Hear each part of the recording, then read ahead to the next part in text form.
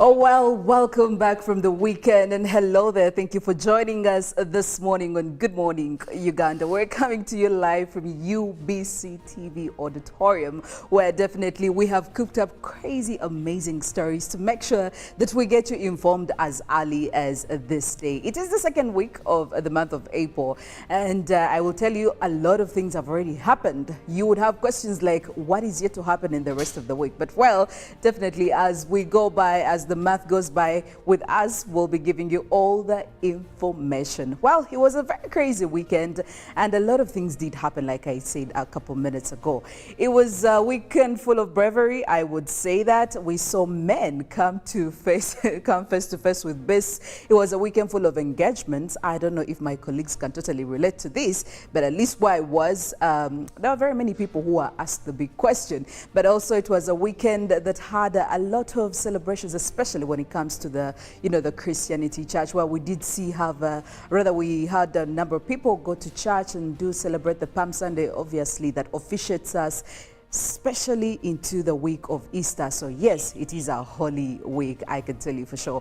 My name is Philomena, Mastiko, and of course I am joined by Mollen, Kenyena, Robert, Kirabo, this very, very cold morning. Good morning, Robert. A lovely morning to you, our viewers, Mollen and Philomena. Well, it was Palm Sunday, and of course, many people that rarely go to church this time attended. There are days, Easter, Palm Sunday, yes, Christmas. Those people are not regular come. We hope even that was reflected in the way they offered to the kingdom of God through his earthly servants. So, Palm Sunday, that's Robert, is this supposed to make up for the times they haven't been in church? So the one time they make an appearance in church, they make up with that whole beautiful and handsome offertory? Is that what you're trying to say? Because they should come with something heavy to get those blessings, because they've spent a lot of time, they don't attend church. So when you come, you're inconveniencing the regular attendants, the people that contribute to the work of God. Then here you are, because it is Christmas, it is Palm Sunday, it is Easter. You come and you disturb us. People who've bought these chairs, people who see that the church is running through giving to the ministry. Then here you come, I really find that very disturbing. Robert, you clearly have a lot of issues to sort out. You're not happy about these people. But, I mean, from what I know about the Bible, you just need to forget and rather forgive these people. I mean, sometimes they have circumstances. But anyway, good morning, Mollen. I don't know if you buy into the same ideas that are being fronted by Robert. You know what? Let me first say good morning to you and, of course, our family here at Good Morning Uganda. But guess what? It's a holy week. I want to be holy this morning, and one thing I can advise you too is you guys be holy. This is Holy Week. We're not picking up on anyone. But regardless, I mean, if you've not been going to church and you choose to go on Palm Sunday, you're celebrating this pivotal moment. If people don't know the history of Palm Sunday, this was the pivotal moment that we saw Jesus Christ ready to take on the cross. As he was entering Jerusalem, people were, hailing God and saying, putting the palms and the branches, hey, this is a battle you're going to take on for us. So I think in the same spirit, let us forgive one another, yes, but at the same time, give back to the Lord. That is essential, because Jesus Christ took on this cross, and just in a week we'll be celebrating, his death and resurrection. This is something that he did for us. It's only fair for you to give back to the Lord, and what you give back is actually helping build the church. Like Robert was saying, we're buying chairs, you're doing all these things to build the church, but for you just come once in a while to show up and celebrate only the good moments. No, there is need for you to do more. Yes. Well, Robert, I think that is the best way to start off a week like this. You can't be throwing tantrums over people who don't go to church. I mean, at the end of the day, even Jesus welcomed the people who had really, stepped away. But you see, there's something. Jesus says, come as you are, but be changed. But you can't make it a culture that you only go to church Palm Sunday, Easter, and Christmas. Now that you've come, our brothers and sisters, please, let that place where you sat on Palm Sunday be your seat, be a regular attendant. Because there are certain things I keep on asking my country. Our motto says, for God and my country. It shows that this is a nation that the founders, that the people delegated it before the Lord. But when you look at these levels of criminality, corruption, it shows that people are just following for showbiz. They are not having that change moment. Why would the Muslims fast our brothers for the time they fast? And you see peace, you see security, you see everything is very perfect. The Christians this time are also fasting at the same time as the Muslims. People have turned back to God. Then after this period, they go back to their nonsensical evil acts that everyone was doing. So this should not be just show-offs. Godly things are not for show-offs. If you've come this Palm Sunday, we expect you that other Sunday, Easter, the other, and the other. President Yoweri Museveni, while speaking the national mourning of the late Jacob Oulanyah, he quoted in Galatians, I think that is chapter 6, verse 7. He said, "Do not be deceived. God is not mocked. What man sows, so they shall reap. Do not be deceived.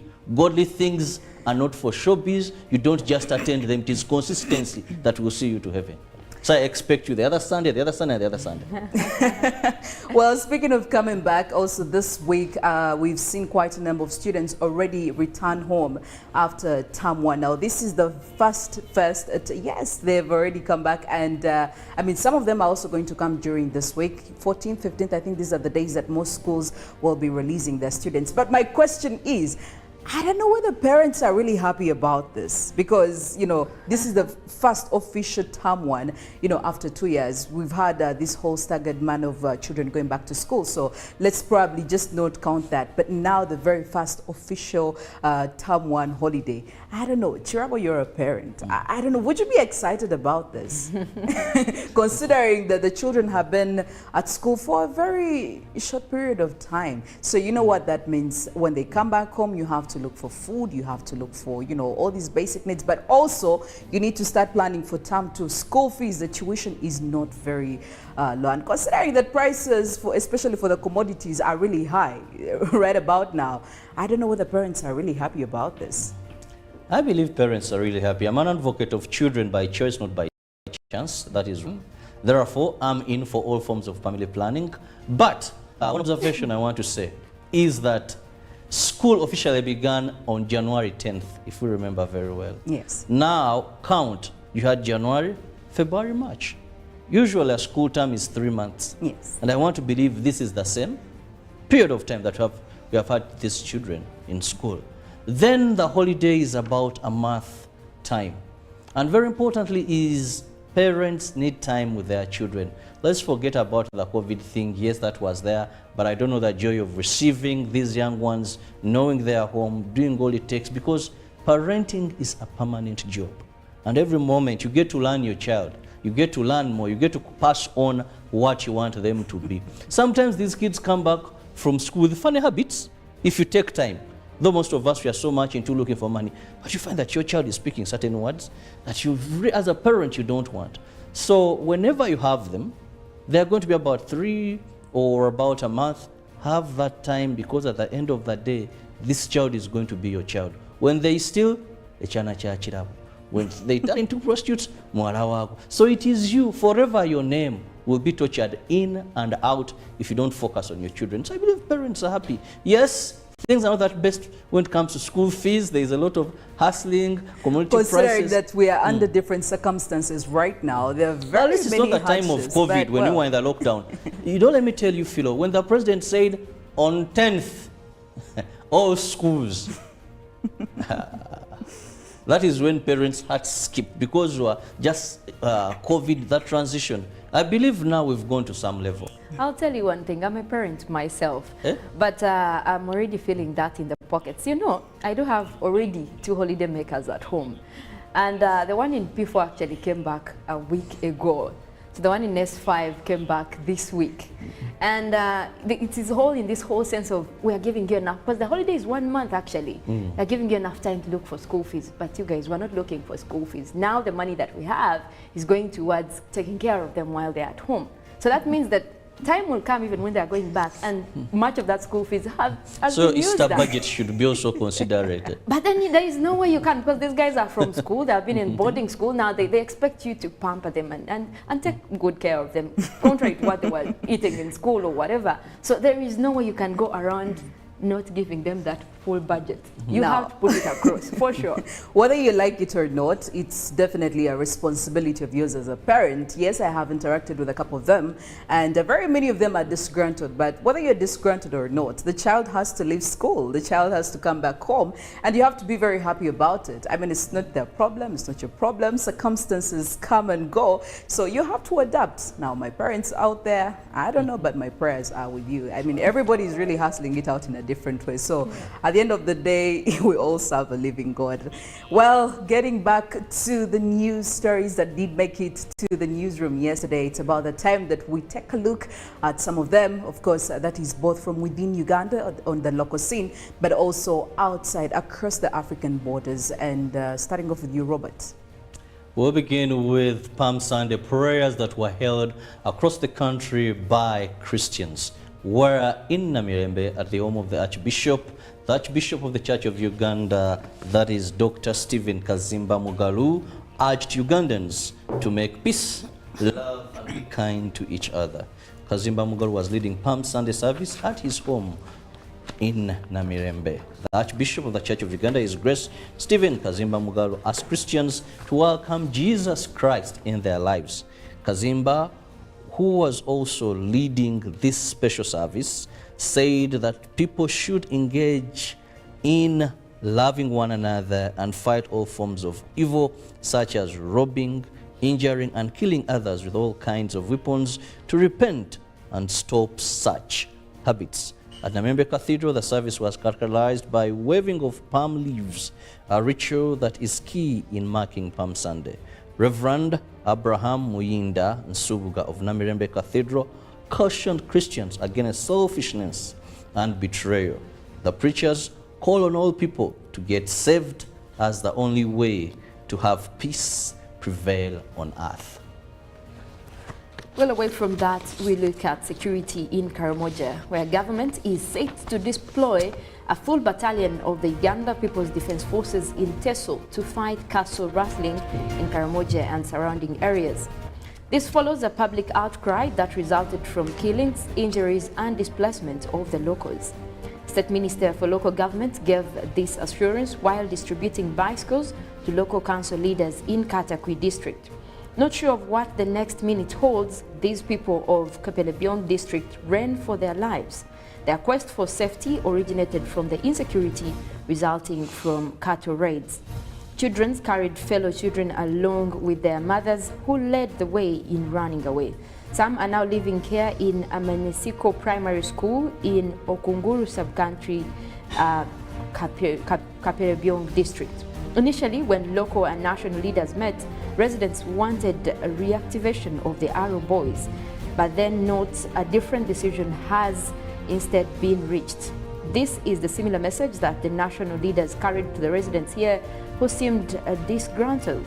Victoria Rusoke was here to launch the distribution of bicycles to local council chairpersons. She is optimistic that the security situation in Karamoja, Teso, and surrounding areas will normalize. The insecurity in the Teso and Karamoja is a concern of every peace-loving Ugandan. This has promoted this new move to deploy a full army battalion in the area. And away from peace and stability in Karamoja sub-region, we now move to agriculture, where the African armyworm has now invaded Chikube district and destroyed gardens. The African armyworm are caterpillars that march across the landscape in large groups, feasting on young plants, leaving huge devastation. The black and green African armyworm are destroying maize crops, grass, and over 200 hectares of land in Kikube district have already been affected. The principal agricultural officer, Chikube Samuel Kusima, identified the affected sub-counties as Bugambe, Changwali, Buyoya, Buhimba, Kizara Fumbi, and Kikube Town Council. A farmer in Chakabale village in Bugambe sub-county, Nicholas Ebikanja, said he is a victim and has lost over 10 acres of land which have been destroyed by the African armyworm. The 6-centimeter caterpillar needs to be detected earlier before destroying crops, hence fear of causing famine in Bunyoro sub-region. Safina Mberuhere, the Secretary for the Youth Council, Kikube District, has requested the Ministry of Agriculture, Animal Industry and Fisheries to come to their rescue. The African armyworm has also attacked Nakaseke, Mukono, Wakiso, Katakwi, Bugweri, Bukedia, Chiriandongo, Kumi, Namutumba, Mitiana, Bujiri and Busia districts. African armyworm attacks a second district in Bunyoro as well. In another story, Animal Welfare and Protection Organization has kick-started a nationwide animal clinics and sensitization campaign to advocate for the rights of donkeys. The Executive Director, Animal Welfare and Protection Organization, Dr. Wesonga Wanderema, says they have prioritized donkeys because they are widely used as means of transport but mistreated and marginalized when it comes to care and treatment. Dr. Wesonga says Mount Elgon region residents are best known for using donkeys to carry firewood, charcoal, food and water, among others. However, some community members cannot afford animal treatment, which prompted Animal Welfare and Protection Organization to establish animal clinics to provide free examination and treatment to enhance household incomes. Dr. Osonga says donkeys are a source of income to many homesteads in eastern Uganda, but given increased poverty, some community members cannot afford animal treatment. Wanyero Stephen, a farmer who uses donkeys in his business in Myamba sub-county in Namisindwa district, explained that donkeys have improved his household income but was challenged by the cost of treatment. Now, close to 60 donkeys have been examined by Dr. Gizamba Patrick, Animal Welfare Officer at Namirama Playground, Namambia sub-county in Namisindwa. And away from that, onto the international news. Emmanuel Macron has won the first round of the French election, and far-right rival Marine Le Pen will fight him for the presidency for a second time. Make no mistake, nothing is decided, he told cheering supporters. In the end, he won a convincing first-round victory, but opinion polls suggest the runoff could be much closer. Ms. Le Pen called on every non-Macron voter to join her and put France back in order. With 97% of results counted, Emmanuel Macron had 27.35% of the vote, Marine Le Pen 23.97%, and Jean-Luc Mélenchon 21.7%. Veteran far-left candidate Jean-Luc Mélenchon polled even better than 5 years ago and now has the unlikely role of kingmaker. You must not give a single vote to Marine Le Pen, he warned his supporters, but unlike other candidates, he pointedly did not back the president instead. Later in the evening, Mélenchon activists gathered outside his campaign headquarters, thinking he might even come second, but it was not to be. Making up more than a fifth of the vote, Mélenchon voters could decide the final round of this election, yet many of them may just sit the second round out and abstain. And on to Pakistan. Well, Pakistan's Prime Minister Imran Khan has been ousted as the country's leader following a vote of no confidence over allegations of economic mismanagement and mishandling of the country's foreign policy, bringing an end to his tumultuous term in office. The parliamentary vote held Sunday saw the former cricket star defeated. The opposition needed a minimum of 172 votes out of the 342-member assembly to oust him. The vote of no confidence was backed by an alliance of politicians, including more than a dozen defectors from Khan's own political party. The vote took place after Pakistan's Supreme Court ruled Thursday a decision to block a previous vote of no confidence against Khan over allegations of economic mismanagement was unconstitutional. In its decision, the Supreme Court also quashed Khan's earlier order to dissolve parliament and call for early elections, calling it of no legal effect. The Speaker of the National Assembly will now send a notice to Khan and call for a fresh session of parliament to elect a new Prime Minister. In an address to the nation Friday night, Khan repeated unverified claims the vote of no confidence was the result of a foreign conspiracy connected to the United States. And back here specifically to the Congo region, rebels from the M23 group have announced their retreat from villages captured in Eastern Democratic Republic of the Congo last week following clashes with government troops in the Rushuru region. Fighting between the rebels and soldiers flared up Wednesday after several days of calm, and rebels from the March 23 movement took control of around a dozen villages in Rushuru territory in North Kivu province, according to local sources. The M23 took the decision to withdraw once more from its newly won positions to allow for its concerns to be addressed through open and fruitful dialogue with the government of the Democratic Republic of Congo, the group said on Sunday. The M23 never had the intention to capture areas to run them. Our only motivation is the peaceful resolution of the crisis, it added in the statement. But it was not confirmed whether the withdrawal from around a dozen villages had taken place. The M23 also said it intended to hand over all the soldiers from the National Army captured on the front line to the International Committee of the Red Cross for proper care. News: elderly losing out on climate change talk. Now, according to the National Statistics Office of 2021 report on the elderly, how can we increase their resilience to climate change?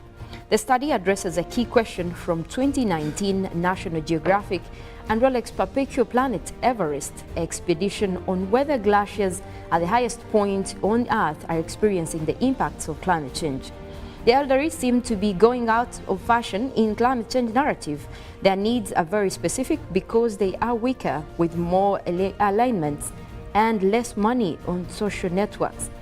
In Europe, intense heat kills the elderly fast. During floods, the elderly are unable to evacuate with ease, and disease hit them the hardest.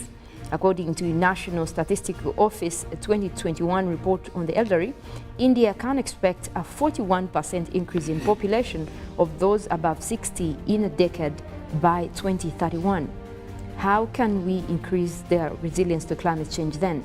Now, the elderly find it hard to understand the new risks. They must be specifically informed. Infrastructure for the elderly must be ramped up so that those with modest means and poor literacy can be able to be warned on time. Now, they should learn about the possible health symptoms, get access to warmer and cooler spaces as the need may be, and above all, understand how to spend their limited resources. They are victims. The elderly have much to contribute to the system of adaptation and response with their long experience. Now, they should be part of both local and statewide planning for themselves at least. Well, also in the poll question this morning, where we do expect you to be part of the conversation, over the weekend we did witness quite something, I would say gruesome, but also very scary, but also it had a bit of touches of bravery to it. We did see members or citizens or residents in Kagadi where they did have to actually face off with a lion, and their claims were that this lion had been really consuming and eating off their animals, so they decided to make sure that they look for it and do what is necessary. When they did, of course, get the whole village to look after, to run after it and look for it, eventually they did get hold of it. But it was murdered, it was killed. But this is the funny bit, or not funny actually, because they did scramble for the meat, and the only thing that was left was the head and the skin. According to the Uganda Wildlife Authority, they did come to say that was what was left of, this lion. And this morning, we would love to know from you, especially in this line of argument, what actually do you think is the best way to address human-wildlife conflict? How can we best address human-wildlife conflicts? Definitely, we'll be expecting your feedback, and we'll be sharing it with the rest of Uganda as Good Morning Uganda goes on. But also, speaking of sharing, definitely I know that Robert has something to share with you and me this morning. Definitely sharing is caring. And I come to you this morning with these two lovely, beautiful bottles that are beautiful because they promote your immune system. And of course, in this Holy Week, some of people who take the other bottle, it's time we suspend some of these things to concentrate more on the inner man. That is the spiritual bit of it. So if you're looking for anything to take other than alcohol, because they are non-alcoholic, then hallelujah, tamarind drink, and hallelujah, ginger tea drink are what I recommend to you. They'll boost your immune system, fight off a number of diseases, but at the end of the day, they're also tasty, and indeed, you'll not regret that decision. Well, there you go. At least you have something to keep you going during this Holy Week. Grab yourself a bottle of one of those two bottles. It should do wonders for you. Well, we're going in for the inspiration song this Monday. Definitely, you know the whole answers to get you up and ready, to run up and about. Mondays are definitely for that, to make sure you do all that you have to do. But when we get back, obviously, we'll be getting into the conversation again, the topical conversation that will be in the newsreel. But also look out for the traffic updates that I will be giving you much later on in that hour. But also some more information coming in from the climate and climate arena, of course, with yours, Mollen, Kenyena. And also look out for the GMU agenda with more sports updates that will also be kicking in much later on in all types of sports that you're looking for. Well, good morning, Uganda. We'll return shortly after this.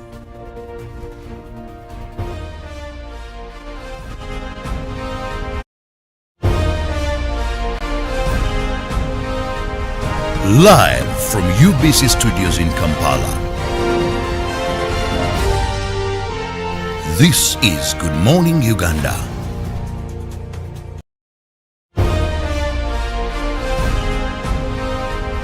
Live from UBC Studios in Kampala.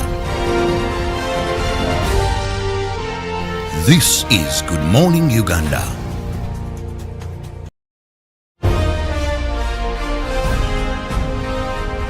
Live from UBC Studios in Kampala. This is Good Morning Uganda.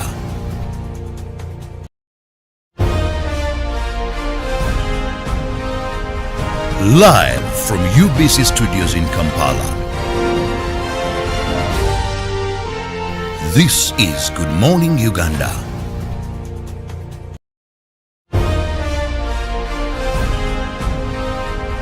Live from UBC Studios in Kampala. This is Good Morning Uganda.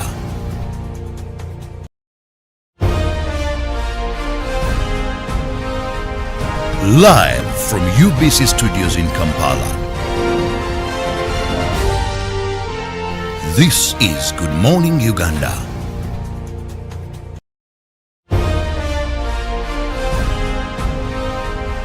Live from UBC Studios in Kampala.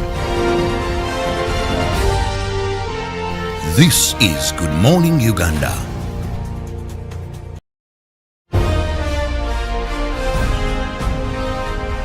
Live from UBC Studios in Kampala. This is Good Morning Uganda.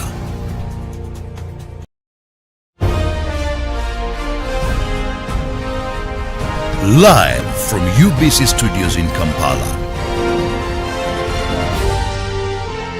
This is Good Morning Uganda.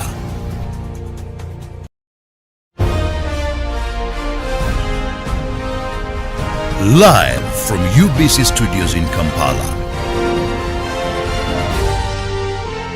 This is Good Morning Uganda.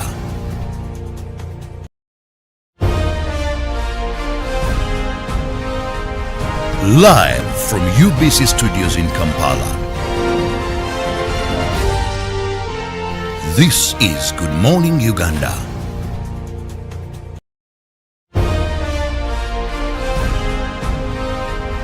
Live from UBC Studios in Kampala. This is Good Morning Uganda.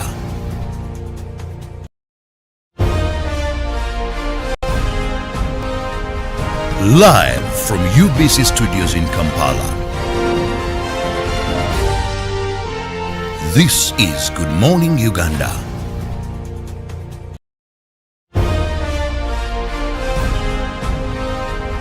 Live from UBC Studios in Kampala. This is Good Morning Uganda.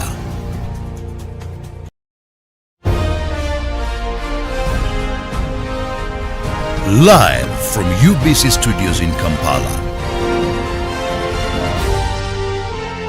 This is Good Morning Uganda.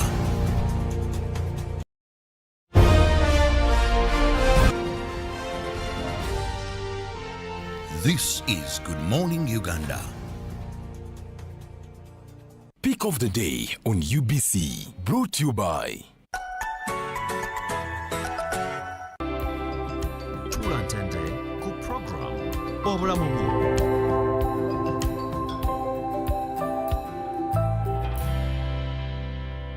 was brought to you by Just use MTN to make calls, send SMS, load airtime, buy bundles, or pay for MTN subscription services. Everywhere you go, MTN. When you talk about our motherland Uganda, the Pearl of Africa, you cannot fail to smile because of the smile that fills the faces of the citizens. Our nice good weather and nature that sustains us all, that enables us all to continue each in their own way because we are all different even according to each individual's work.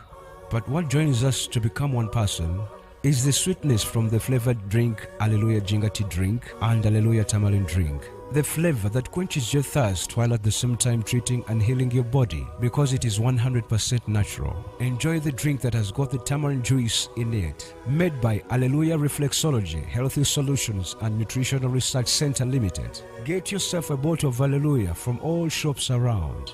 When COVID came, it felt like it destroyed everything my mom had built.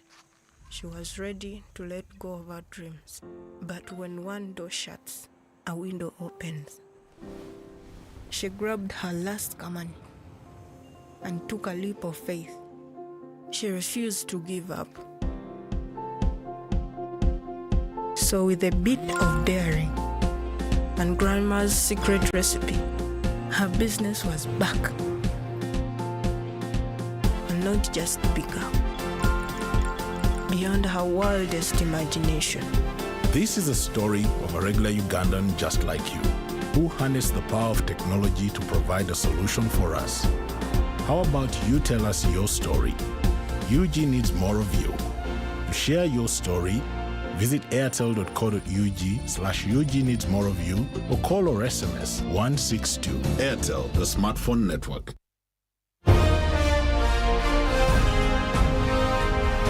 Live from UBC Studios in Kampala. This is Good Morning Uganda.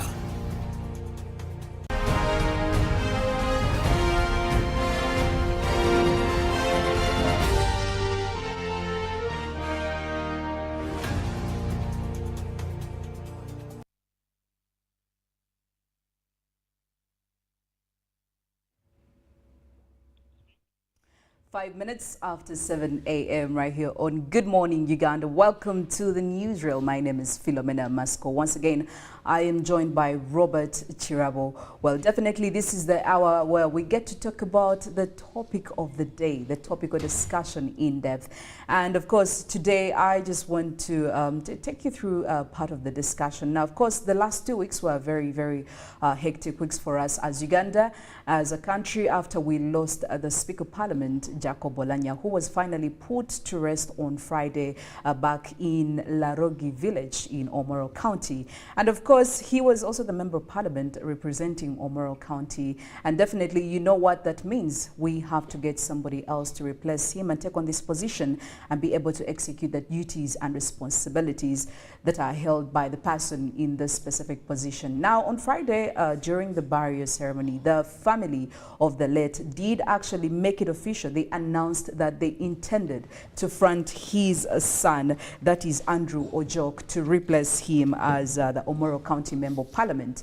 Definitely, this announcement hasn't really sat well with quite a number of people, but also has caused a lot of questions, especially when it comes to situations like this. I mean, I'm not sure if this is the first time we're seeing this, but of course very many people have been asking, is this actually right? Must we front somebody? Because, you know, do we have to carry on procedures like this? If my father passed on, does it necessarily make it a given that me as the daughter have to take on that responsibility, Robert? And I think that is going to be the center of focus for our discussion. Now, this Andrew Ojok definitely has, he has all the qualifications it takes for him to stand as a member of parliament. Currently, he's actually working with NITA Uganda. So the question right now is that, is this the first time we are actually seeing an incident like this, especially when it comes to by-elections? Thank you, Philo. Very interesting topic to discuss.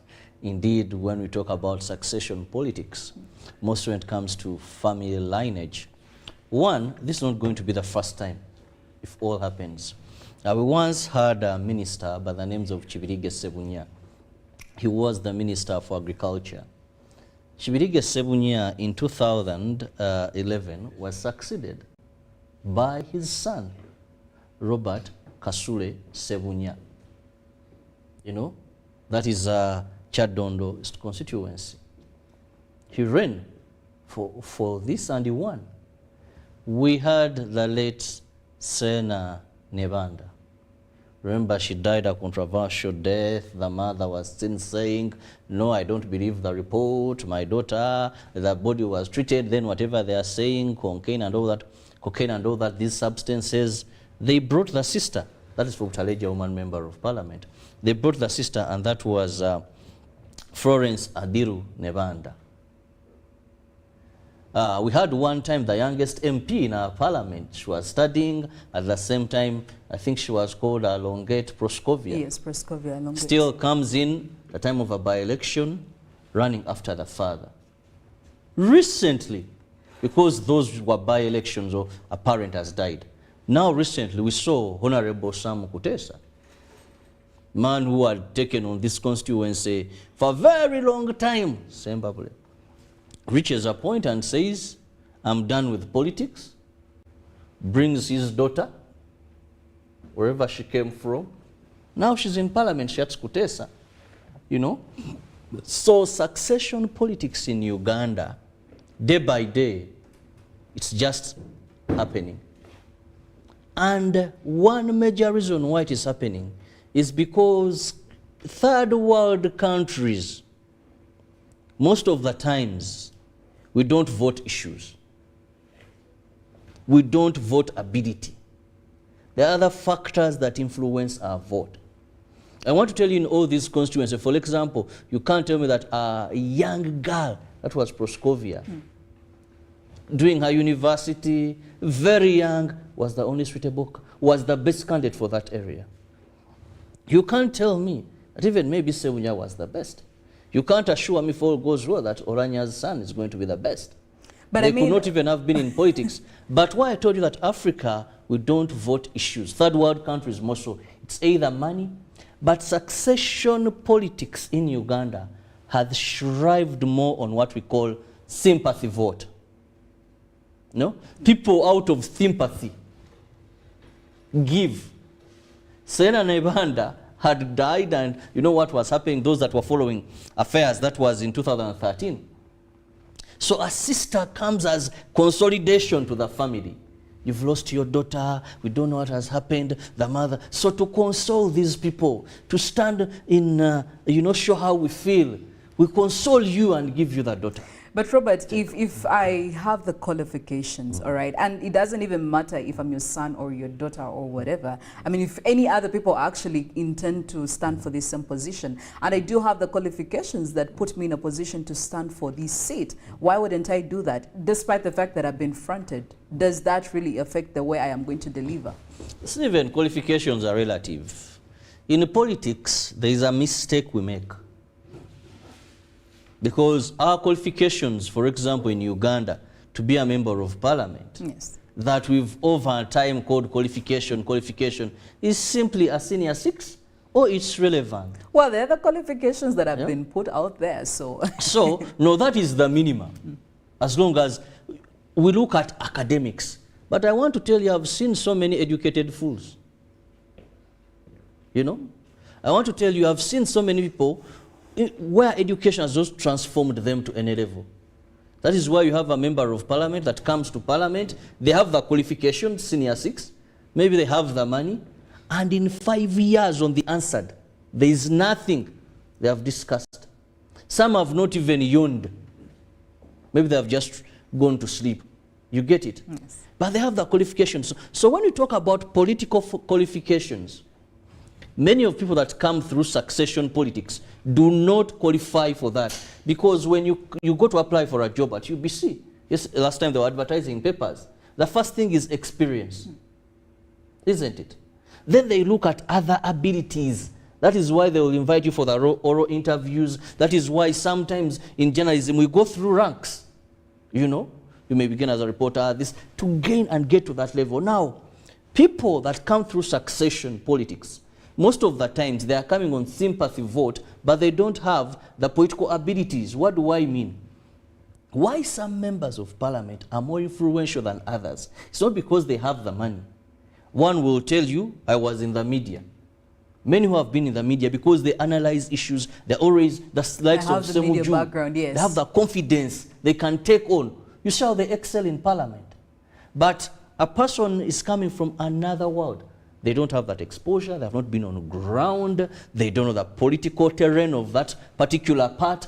But because there's a sympathy vote, that is mileage over other people that are competing, then they end up taking that vote. So for me, I don't want to take it, and that is the mistake we are making in Uganda. Who qualifies to be a member of parliament? Should we just look at someone who has money? Should we just say, okay, Zake, Mwana Mgaga, the father, you go? And that is how many members of parliament have come to that August House. A number of them. Good family, this, that. Some are not even interested. Yes. But because an opportunity has come, it has come your way, you say, I'm going to fit into this. And for me, I'm totally against such. However, sometimes we've had very good politicians, and if it were that these children have been following what their parents have been doing, because I know families the likes of Honorable Bright Ravirama, the son, where they have been in politics from grassroots. There are some politicians there that have mentored, that have showed their children the right politics.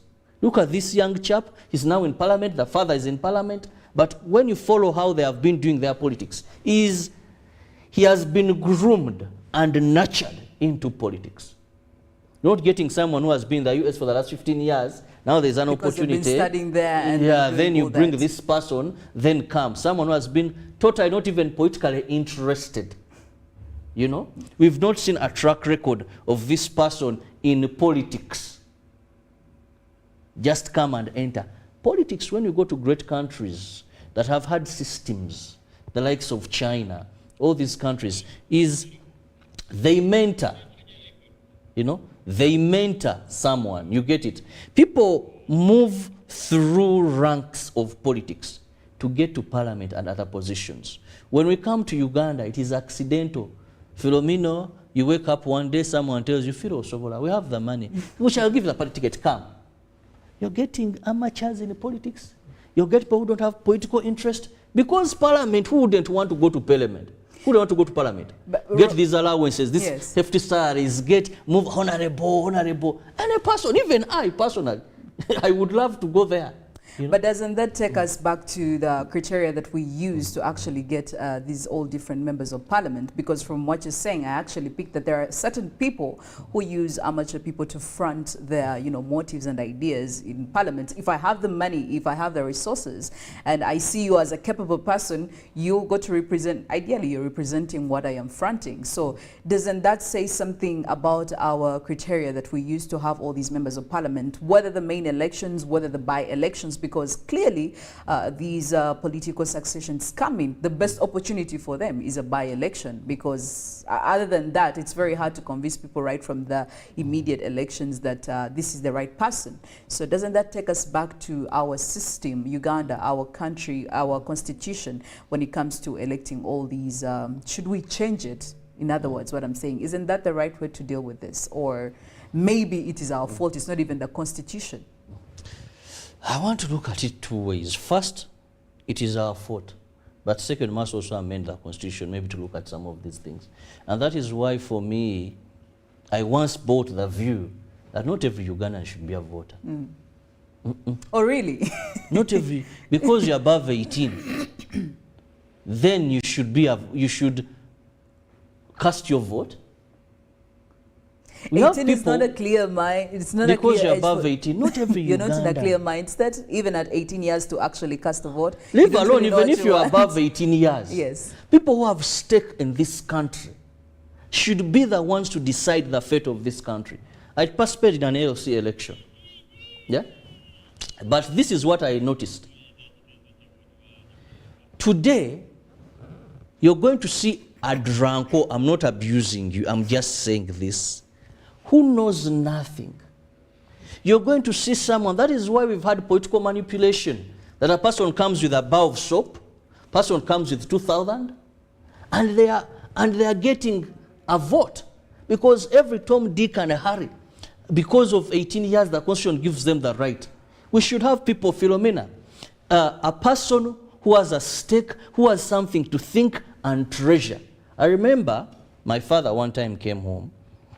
I was still a young chap, but there's Jabedi Bidandisali. He was, I think, within the movement system. And he asked that, Oinake wekoleddewo, you can translate. Londa Museveni. Oinake wekoleddewo. Meaning, do you have a stake in the country? That when Kampala is burnt, you're affected.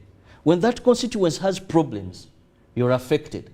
But as long as we still have everybody voting in this country, we can come to a class. That is why you find that some countries have gone to some levels where not everybody votes, where electoral colleges determine where this. They have other factors away from just anybody.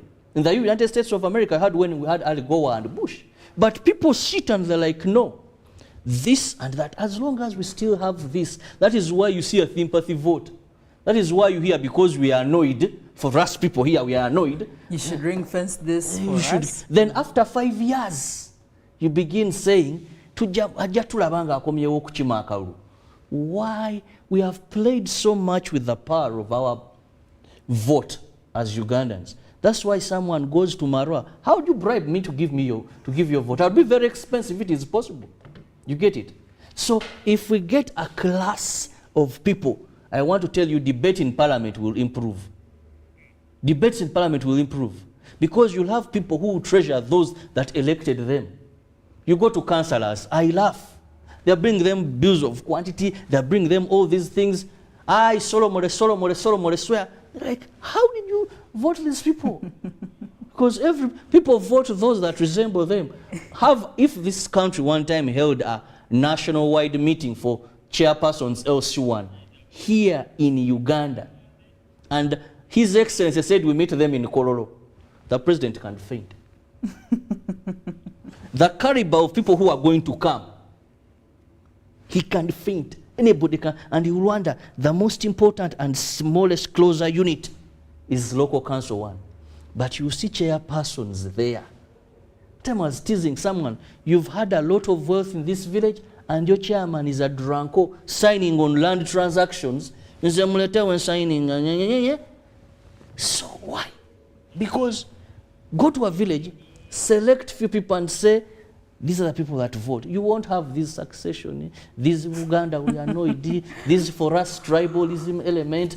Robert still believes that there is certain age gap that shouldn't really be allowed. Not only age, Philo, yes, but caliber of people. We scrutinize you. But I mean, if you're a Ugandan, Philomena, yes, we put either there is a committee that looks at who are people entitled to vote for this country. You know, you have knowledge, you treasure your vote. But Robert, you I give disagree with you because there is a sector of people that will tell you, I am a Ugandan, I'm above 18 years of age. I mean, and that you've is made what useless decisions for us. But I've cast a vote for a person I believe is going to actually deliver for me, because whether we like it or not, we all can't be on the same front, definitely. And everybody has a right to vote. I mean, it is your national responsibility as a Ugandan, as long as you're above 18 years. So there is no way you're going to actually come up with something like getting a committee to, you know, peruse through the people who are supposed to cast a vote. So the people who are those that are not allowed to cast a vote when they're Ugandans and they're above 18 years, how are you going to sort that one out? There are many things I've come to learn in this world, that when you select properly people to represent you, and they have been selected by competent people, you get what you need. Let me tell you one thing. There are parts in this country where chiefs still determine the vote. Cultural leaders, the fact that they're non-partisan, true, but they still determine the vote. And I want to tell you, it is on record without fear of contradiction or what. Northern Uganda had a proper system. Of course, now this furor and funny thing is penetrating every part of this country. But by then, if you looked at qualities of members of parliament coming from those parts, because you had to get blessings, they would scrutinize you. You get it? They would look at lineage. And I go back to tell you, go to Tanzania, go to China, the Communist Party. You see, you go through every level, and there are people who look and scrutinize. Not every Tom, Dick, and Harry is going to come. And when you look at these parties, and now they have been able to transform, handle political succession in their country, is because they have proper ways to select who determine the decisions to select leaders in that country.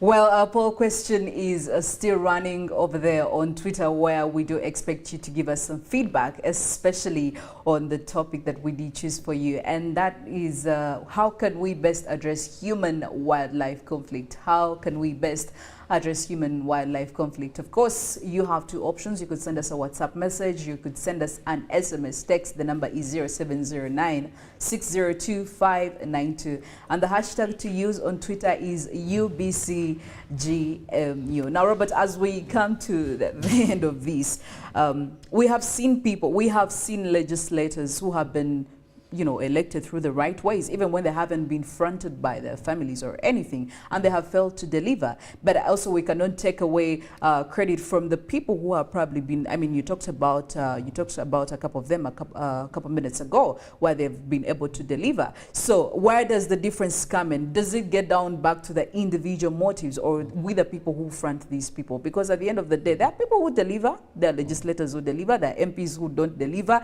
there are those who enter parliament until, you know, the whole parliament, the entire time it's running, we never know what they have done. You even forget about them being as MPs. And these are not people who are fronted by anybody. These are people who give us who are very strong, who are standing strong during campaigns. So what would you say about this?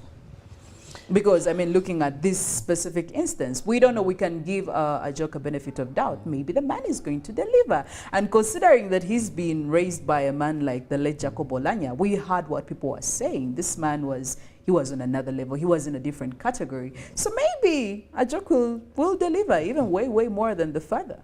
The good thing is we have cases to study. I've told you the youngest MP by then. I've given you Florence Nevanda. We have Shats Kutesa.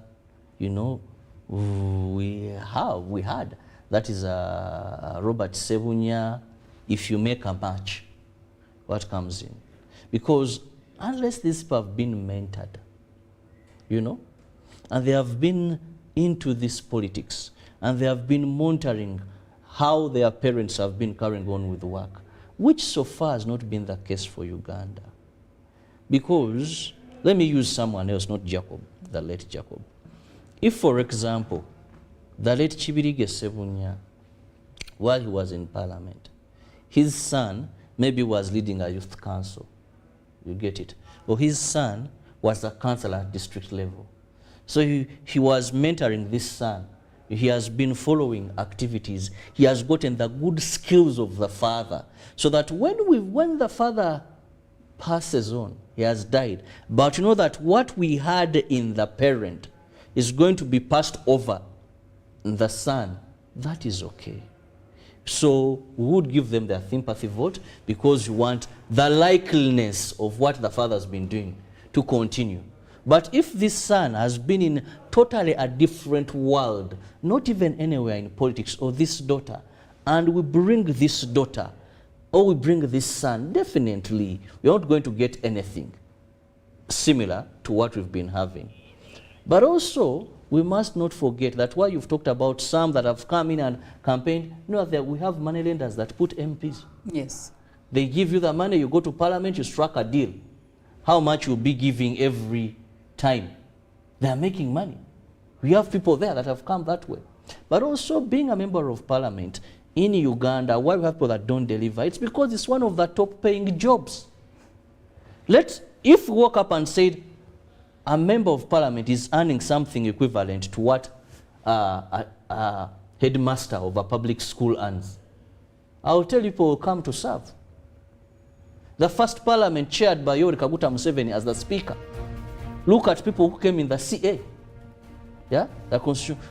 They were there to serve Ugandans. Look at what has become today. Some quote us from a den of whatever. Everything luxurious life. So you may not have people of that caliber to deliver because money blinds everything.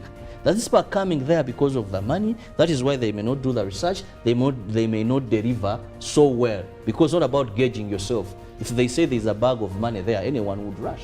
And the parliament is a bag of money. Well, we are yet to actually find out, especially after the death of the late Speaker of Parliament, Jacob Oulanyah. It left quite a lot of many responsibilities unfulfilled, but some of them are yet to be fulfilled. And that is, for example, the seat of the Member of Parliament representing Omoro County. And we're yet to see that. The by-elections will be happening. And of course, here, Good Morning Uganda will be giving you all the details. Who will come out as a successful, person to replace the late. Well, that's it from this morning's newsreel, but we're getting into the papers to see what's happening in the Daily Monitor, the New Vision, and also the Daily Nation. And later on, we'll be giving you some more of the traffic updates, what's happening on these Kampala roads on this cold Monday morning, and also more from the climate arena. Mollen will be bringing you all these details. Remember, we are streaming live on YouTube, so make sure you be part of us and don't miss any of these details. And maybe before I go, just to give you a super reminder of the poll question, we'll be getting into your feedback much later on.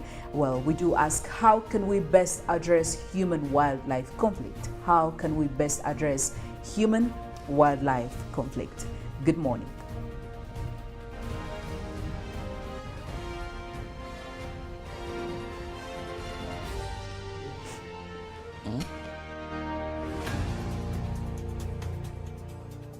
Get connected today with the My Airtel 4G smartphone and enjoy free data for 1 whole year worth 86,500 Uganda shillings. That's free 2 GB for the first month and free 1 GB for the next 11 months at only 250,000 Uganda shillings with free data for 1 whole year worth 86,500 shillings, making the effective price of the 4G phone 163,500 shillings only. Airtel, the smartphone network. It's no secret that ICT makes learning easy. The strides made in our field couldn't be possible without it.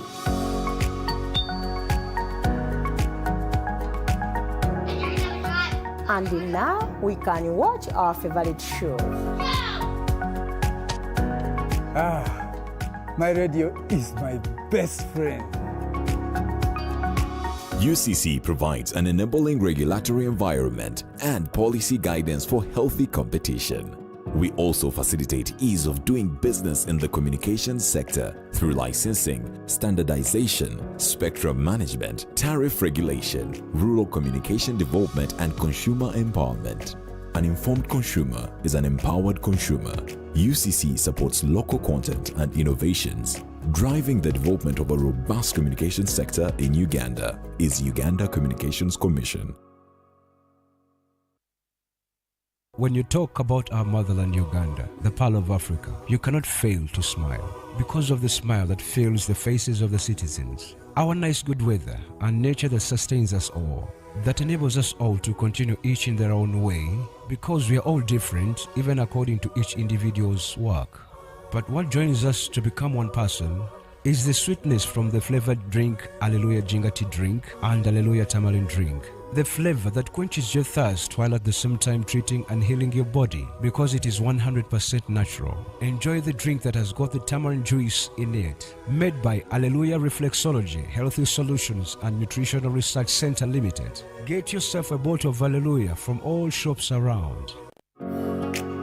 It's no secret that ICT makes learning easy. The strides made in our field couldn't be possible without it.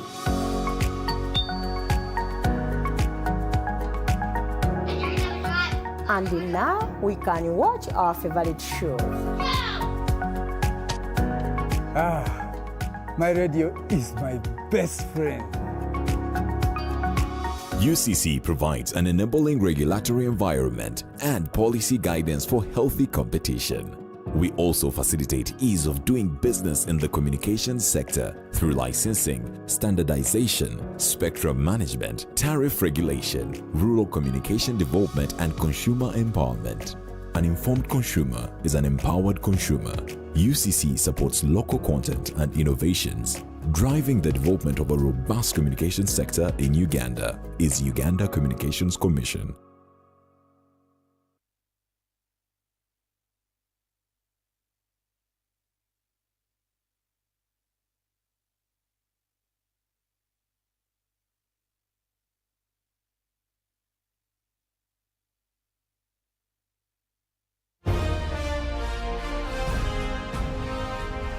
Live from UBC Studios in Kampala.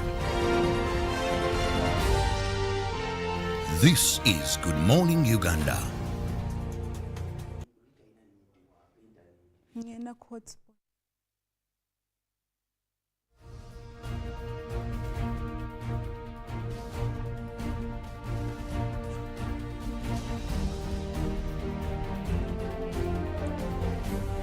Well, in the papers this morning, starting off with the Daily Monitor, the big headline over there being police boss warns officers over crime.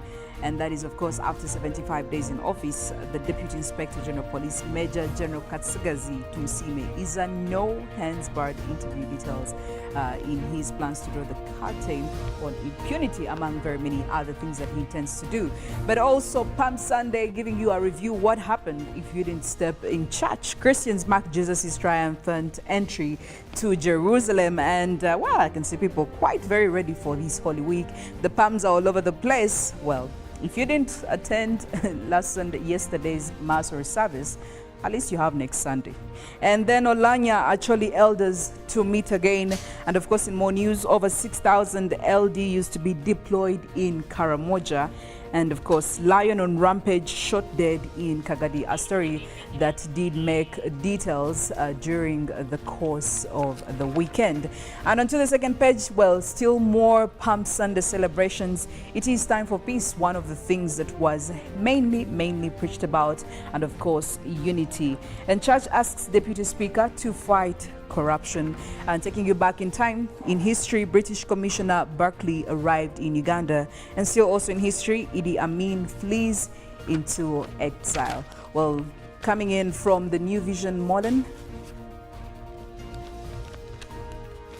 Well, also moving on to the Daily Monitor Sports, Uganda step it up after Namibia win. And of course, that was happening in Windhoek. And we look at Jogus have work cut out in 6 finals. And Formula One, well, we did have quite a Formula One weekend, full jam-packed, and Leclerc claims dominant win. Of course, that was for the Ferrari, Charles Leclerc, who won the Australian Grand Prix after Max Verstappen retired. And there is a probe still going on, especially on Ronaldo in Assault Hall. This also did make news over the weekend, and it's still going on. But also taking a look at what happened in boxing, First Lady boasts East African champions with 10 million Ugandan shillings. Mollen, I don't know if you're a fan of boxing, but I think this would be a very, very big deal. Basketball and other sports. So boxing, I don't think I have the energy for it. But I'm told it's not about the energy. It's about the skill. It's about the skill. Yes, yes. But looking into the new vision for today, a big headline right there. For the rest for Omoro MP gathers pace as family fronts Olanya's son. Now there is more details on page 4 of the New Vision, but also who will replace Olanya. They give you candidates right there with Andrew Ojok Olanya also among them. Now there is Richard Bongwate and a lot more of those. You can get yourself a copy of the New Vision and get into the details. A big picture right there as Christians countrywide celebrate Palm Sunday and showing the Bishop of Busoga Diocese, Reverend Paul Samson, right there amidst the congregation trying to celebrate Palm Sunday. Now also in the New Vision for this morning, the erratic rains. Why Uganda's food security is threatened. Well, we've seen rains reduce at a fast rate and people are worried. Now pockets of insecurity to be dealt with, says Museveni. Details all that story are on page 5 of the New Vision. But also, you look into what is being shown on page 2 of the New Vision.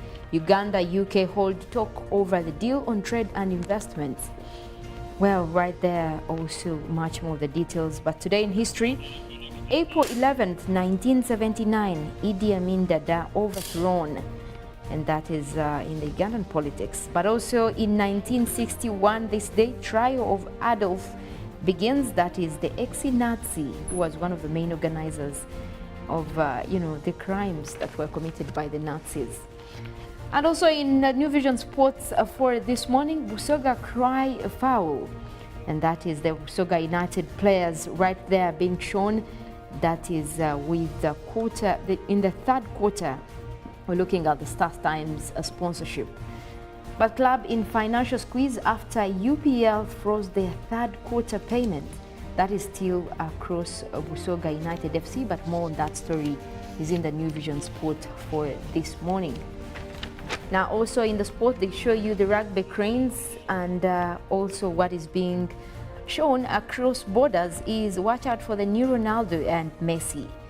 Well, they give you a full lineup right there of the selected games, but also FC shoots down Villa, and Express coach was full of praise for the fighting spirit in his players. Now more of that story in the New Vision Sport for this morning.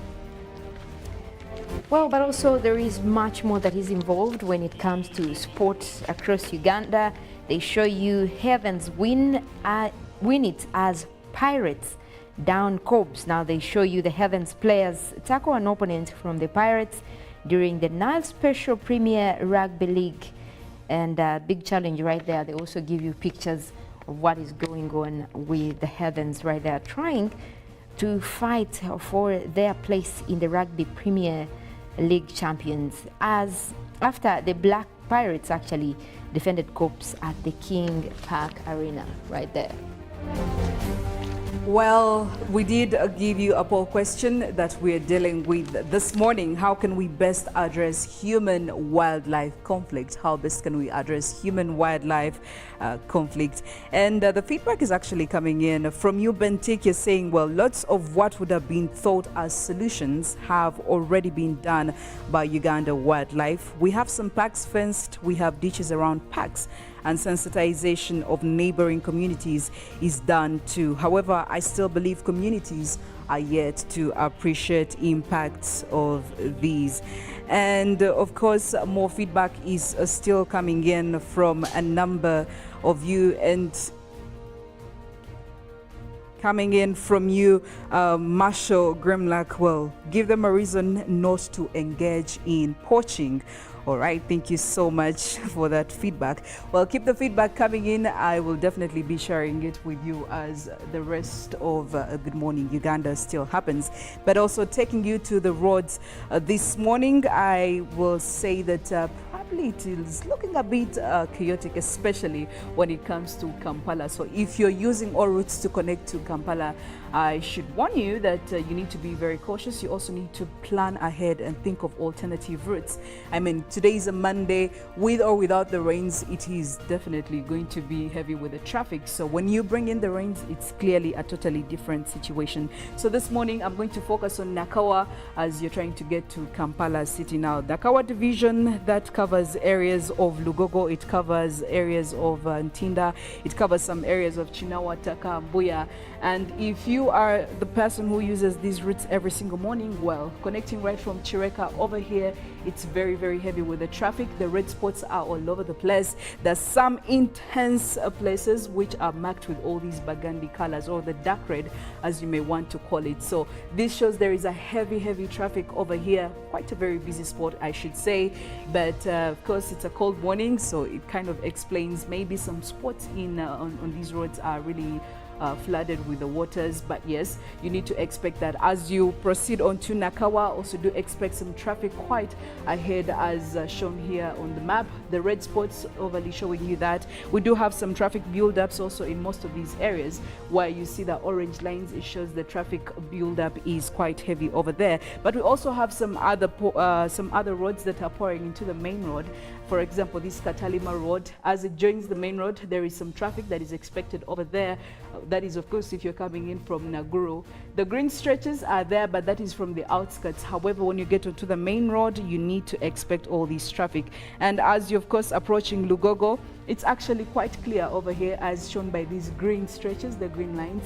It's good, it's good. So if you have beaten all the outskirts, definitely this would be a good spot for you to get onto. But you have also to make sure that you use other alternative routes. Now coming here, Newport Bay Road, if you're coming in from this other side, it's actually very clear because the green stretches are very evident. But as you approach the main road, do expect some traffic over here as portrayed by this red line. And that's because it's a junction, so definitely you're joining into the road, and very many other road users are also trying to make their way out to make sure they access the city center. So yes, the traffic is really expected over there. Well, it's quite a clear route as you proceed to town, you know, but also the routes that are coming in from Lugogo over here have some traffic build up, very heavy actually over there. So if you're leaving the city or if you're entering the city, do expect that. But otherwise, it is quite a clear route all the way till town, meaning that the traffic is still heavy, especially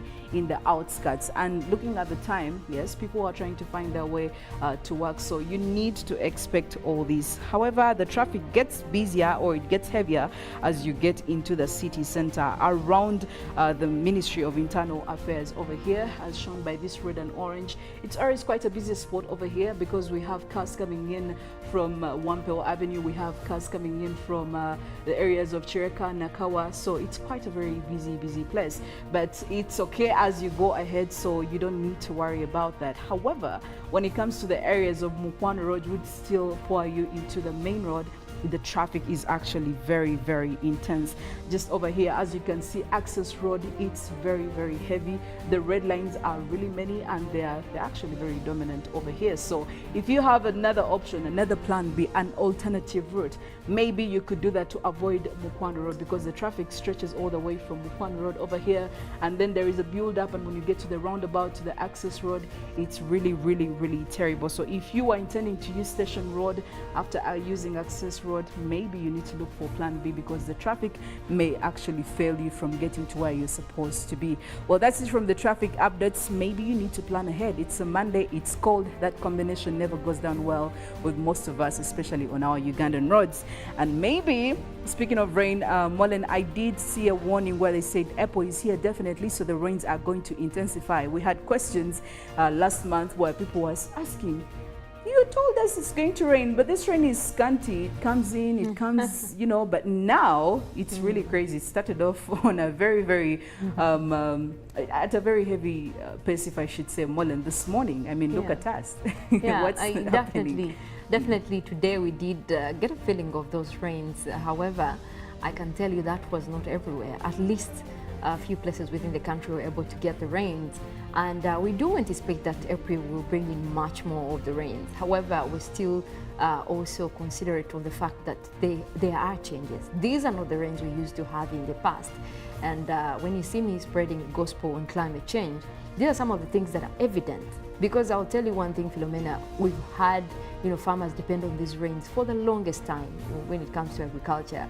But now, like that story we're reading from the New Vision, farmers are worried because the rains are not enough. Yes, they're there, but then after, it's going to dry up because the sun comes in so hot that even the water that has been put in the ground is drying up. So I'll say there are a lot of changes with our rains. That is the one thing that has kept constant. Well, farmers did actually listen to the advice that was passed on earlier on, especially in regards to the rain.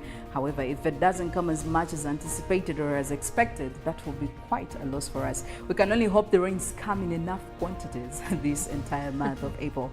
That's it from the traffic updates. However, I will officially hand you over right now to Mollen to give you more of the weather forecast and more news in regards to climate. Good morning. Well, thank you very much, Philomena. Now, if you are talking about climate change, or if we get to talk about climate change, then you have probably noticed that there are gases that are fueling into what seems to be a global challenge right now, and number one for that case, because we are looking at some of those gases, and what is familiar is the carbon dioxide. Now, these are called greenhouse gases. And what they do is that they actually trap heat within the atmosphere, and in so doing, they increase the temperatures within the atmosphere. And when that rises, then that means it's going to have an impact on the weather patterns across the globe.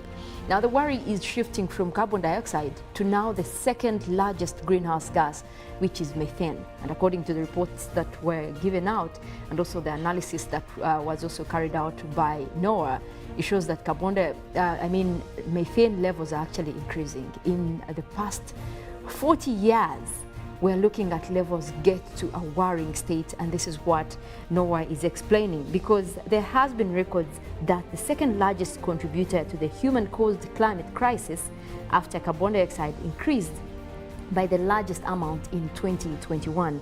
And what you're looking at is that since measurements began nearly 40 years ago, the National Oceanic and Atmospheric Administration, that is NOAA, are saying that this is where we are. And if you look at the curve, I can tell you one thing that is worrying is that this curve is going up. Now, the invisible gas leaks into the atmosphere mainly from oil and gas operations. This is why we have a big challenge with oil and gas, and which is why we're also asking countries to stop, use of this oil and gas. And also the relationship that is there between developing countries and developed countries is something that is worrying. Now, methane has roughly 80 times more warming power than carbon dioxide in the near term. So that means while you look at that curve that is definitely going up, and that is, if you look at the mole fraction, those are the measurements for methane, it's actually getting to 1,900 so far. And we're looking at a period of 2021 when that was done. But that is dating back 40 years ago. And the curve definitely shows that we're rising in terms of those levels. And with the planet rapidly approaching 1.5 degrees Celsius above pre-industrial levels, scientists have warned that atmospheric methane needs to be slashed quickly. But how can that be done? Now, after a slowdown in the early 2000s, there's a little bit, when you look at that curve, there's a little bit of a slowdown if you look into the years between 2000 and 2005. That is when we had a little bit of stability. But after that, then the atmospheric methane concentrations took that rapid rise over the past decade, with 5 years average growth rates now looking at those in the 1980s, because you can see that right after that stability, we again went back to the same trend. That means that we're still looking at more of those going up. Now, methane increased by 17 parts per billion in 2021. That is what NOAA has reported. And the rise in 2020, just above 15 parts per billion, was the previous annual record. So that means that we are moving from 15 to 17. That means 2 consecutive years where we're looking at methane levels actually increase in the atmosphere. And the latest figures are also just coming in just days after the UN climate change panel, that means the Intergovernmental Panel on Climate Change, released a report describing how the world should address the climate crisis. And the panel did report that world burrows towards levels of global warming that was also looking at irreversible impacts. Because what we're talking about is that these gases are continuing to rise in the atmosphere, meaning that there is more heat that is being trapped there. Henceforth, we are looking at much more of levels of extreme weather events also increasing. And that is the worrying trend. And that is why we're saying we need to move away from the use of fossil fuels and get much more into renewable energy. And the cost of renewable energy versus the damage being done by use of fossil fuels is just something that should be looked into, and an inevitable cost, because you're looking at a safer planet. We don't have any other planet. But speaking of which, protesters or environmental activists in Europe have also taken it to the terminals that bring in oil and gas, and they are saying, okay, we're getting all these worrying reports of gas and oil contributing to more of this warming in the atmosphere. So they took it to the streets, and they are blocking off terminals that do bring in oil in Europe, and in a fight to tell governments that please stop importing oil. You have the money that can afford use of renewable energy, so why go on with this act? And interesting enough, these are actually most of those are from Greenpeace and a lot of environmental activists over there. A picture showing most of the activists lying down and putting their word out there, just stop the use of oil and gas. And in that, they actually hope that their fight in that arena will be heard, because we are looking at governments saying that only one terminal out of those that were actually activated, they were able to interject. Also, that was after most of the petrol stations were running out of fuel. But we know that these countries can actually afford going renewable and having most of the natural sources of electricity and also gas. But why are they still using fossil fuels is the question that is taking activists to the streets, because they're looking at a fact that if someone doesn't do this, if someone doesn't come out to point out the challenges when it comes to climate change, then it's going to still be there. And as long as the money is coming in from the use of oil and gas, they are not going to matter. It's not going to matter whether we're rising in terms of temperatures or whether we have extreme weather events pushing across the world. But there is also one message, and this picture did catch my eye for this morning. Be the change. While we're talking about, everyone, the reports coming out to warn us about the worrying climate and worrying weather, we also have our rains here in Uganda. Now we're talking about erratic rains. Farmers are worried that these rains are not enough. Be that change. Go renewable yourself. Plant that tree if you can. Practice better, farming methods that will get you, to adaptation, because a lot of what we can do is adapt to what is there. Although there are circumstances you can't adapt to, because if extreme weather comes in and people are dying, there is no way you're going to adapt to death.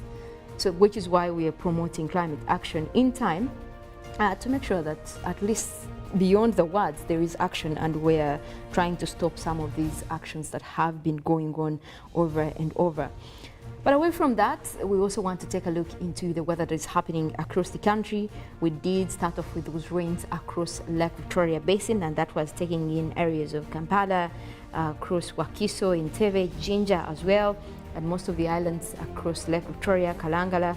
Now it looks like that system was also spread across several places, especially as you head towards the central part of the country, towards western Uganda as well, areas of Rubirizi, Bushenyi, and also looking into Masindi and the extreme side of northern West Nile, where we have Yumbe right there, Nimule.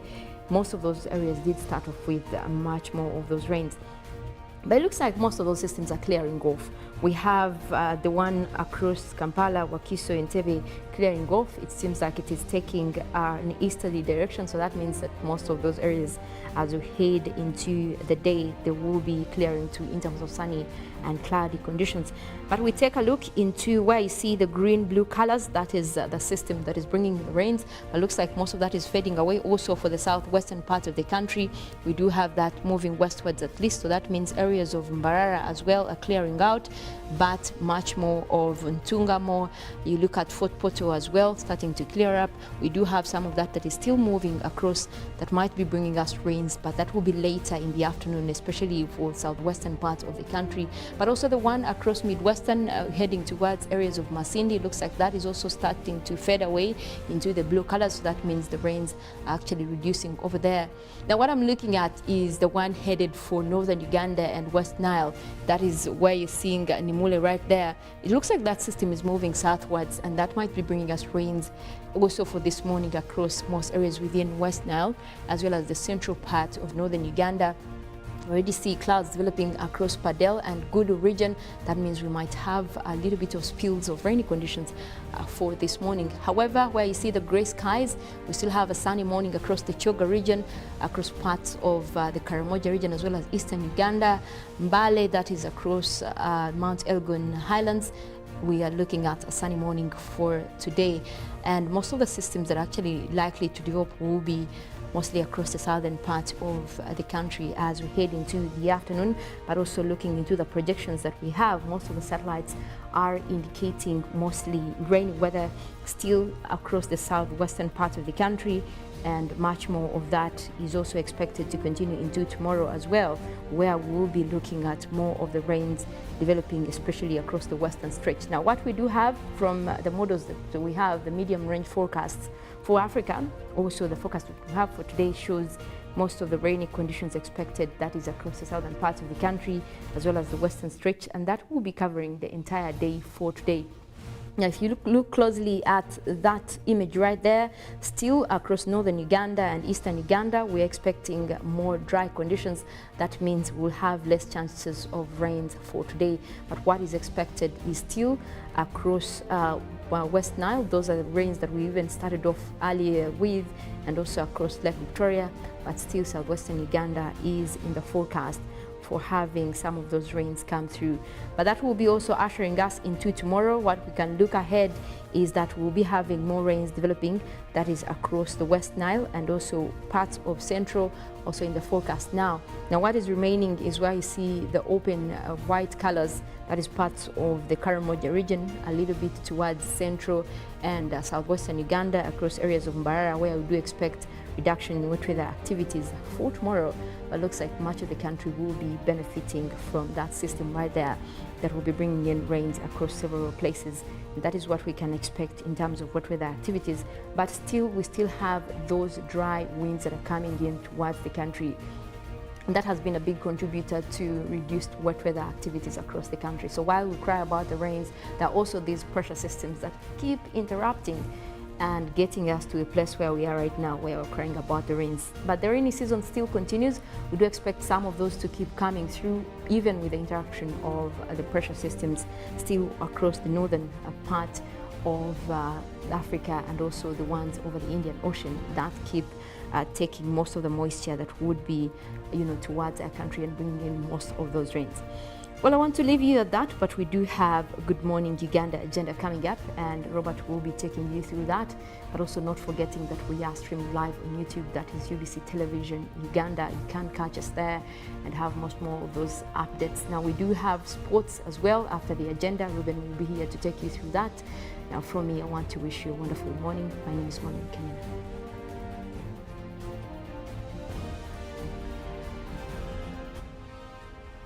Live from UBC Studios in Kampala. This is Good Morning Uganda.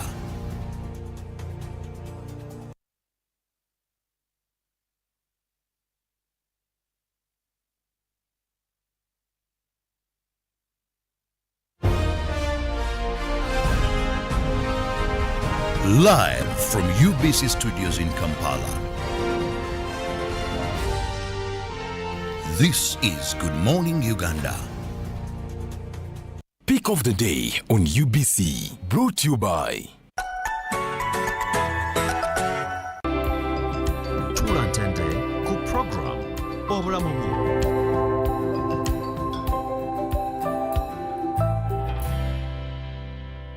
was brought to you by Just use MTN to make calls, send SMS, load airtime, buy bundles, or pay for MTN subscription services. Everywhere you go, MTN.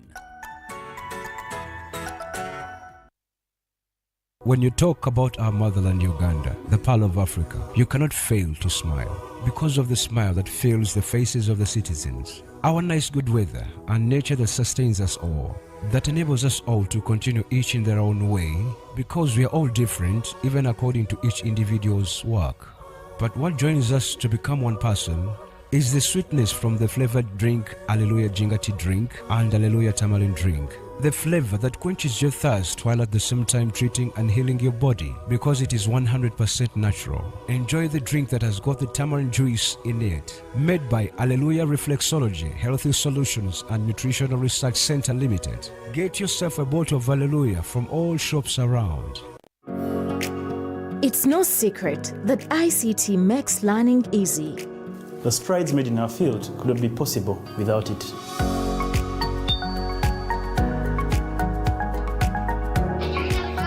And now we can watch our favorite show. My radio is my best friend.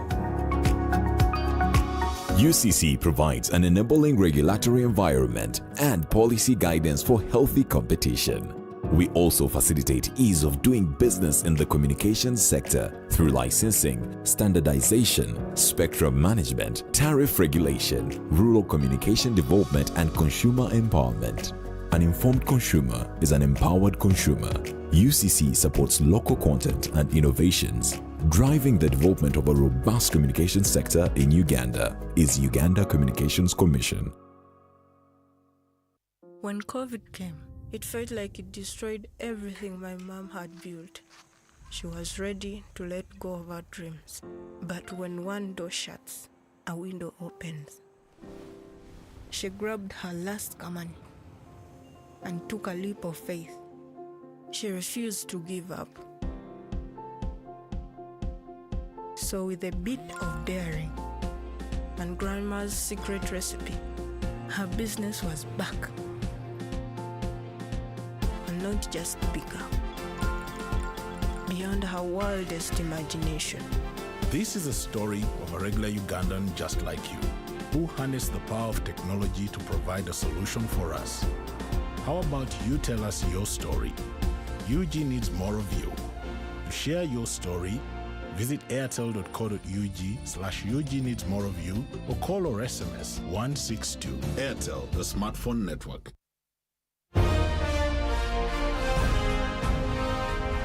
Live from UBC Studios in Kampala. This is Good Morning Uganda.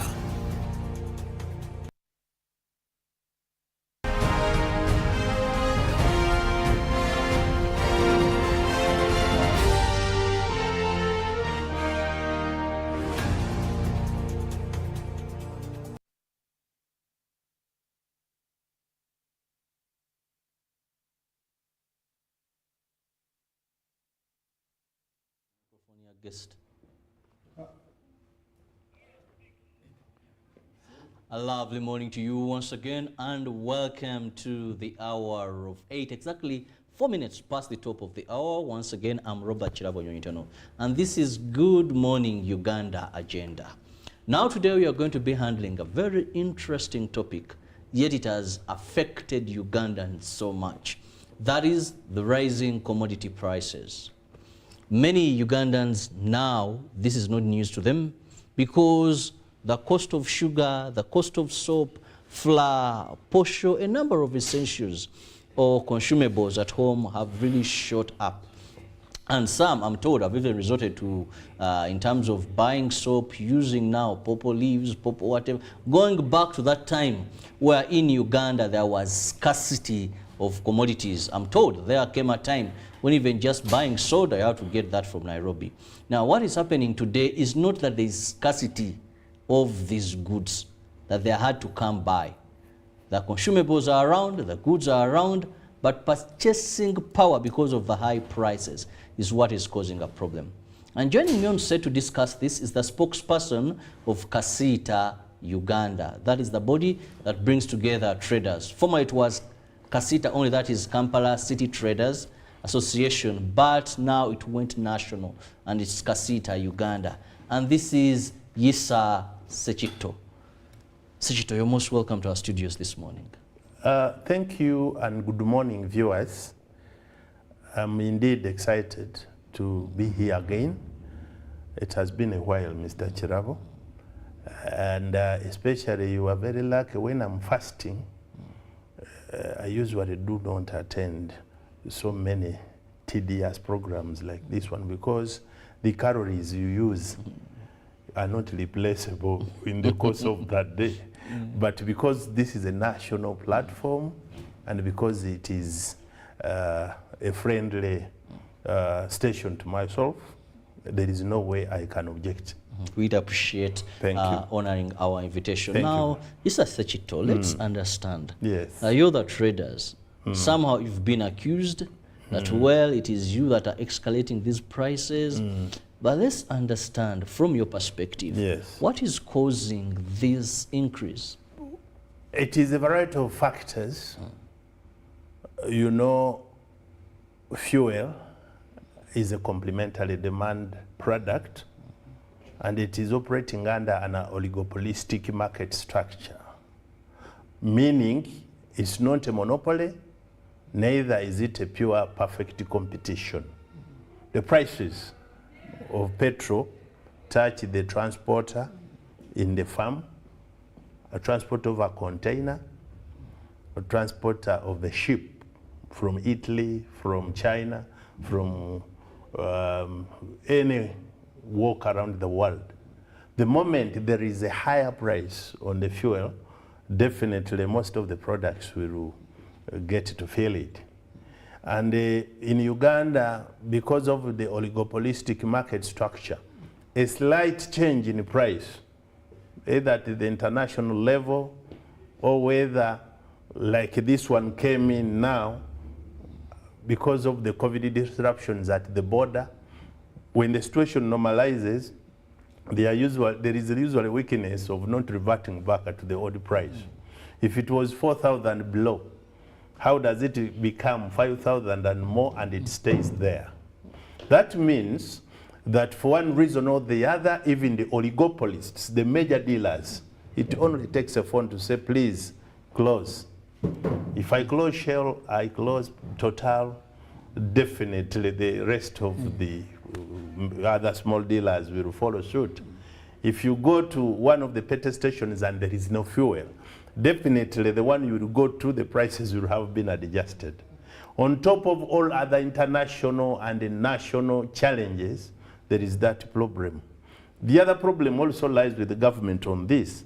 I will tell you, Mr. Kirabo, that before we start the exploitation of our own oil, ladies and gentlemen, we cannot liberalize or leave alone fuel to be controlled by us, the business people. Just like water that is controlled, electricity, even petroleum products must be controlled. That is why, on top of other goods that are openly on the demand and supply command, there is a Petroleum Act. Have you people gone to Parliament, you the journalists, we the traders, to demand them to amend the Petroleum Act? The purpose for which it was made was to regulate and control the business of petroleum products. After analyzing the importance of it, that there is nothing that can move without it. All this is happening at a background where the government has sold off all that belonged to the nation. What usually happens in other countries, when there is a crisis, you heard what America did recently. When there is a crisis and the oligopolists that deal in petroleum are holding, they open the reserves. They locate some strategic stations that deal in the petroleum products. Tell them, we are giving you 10,000 liters, each liter sell at 4,500, we are giving you a profit mark of this. The moment that happens, then others will say, no, the deal doesn't hold. Yes. They will just automatically cut. But you have no reserves that are backed up. Even if we had them, they would only take us for about 9 to 10 days. But it could work. I'm telling you, this is... because they would... It is perceptional. The moment they hear government has released, then they will just know there is no deal there. So even if it was speculation, if they intended to do anything, government would hold them profitable and then they would just succumb. Leaving that aside, come to issues like cooking oil. It is made in here by Mukwan. But may I tell you that some raw materials, for example, palm oil, used to be at 45,000 cost. It is now 120 per a tin. Tell me, a person was buying a raw material at 45,000 shillings. Today is buying it at 120,000. Because of certain reasons, especially associated with the COVID disruptions from the source countries where we get palm oil. Palm oil, some of it is grown here. Because I was going to tell you, government of Uganda has invested a lot. It is not enough. It is not enough. So some of it is bought from via Congo. Some of it is bought right away as a direct import. So there are also other imports in soap making, cooking oil making, and bread making that makes it impossible to contain the current or the previous prices. This is a fact. Now, that one said, I was with you sometime here while discussing the effects of COVID. Let me tell Ugandans who didn't know that transporting a container from China, from Guangzhou, from Dubai to Mombasa used to be around 3,500 to 4,000. It has multiplied twice, 8,000 or even 10,000. Because the containers were not available. The production of these containers, the empty boxes you see, caused the crisis. In that, a container that would reach Mombasa at 4,000 or less, now is 8,000 above. What this means that the cost has doubled. For the container cost has already doubled, yes. Two, the Uganda Revenue Authority looks at the CIF, cost insurance and cost insurance and freight. Definitely freight becomes part of the tax element.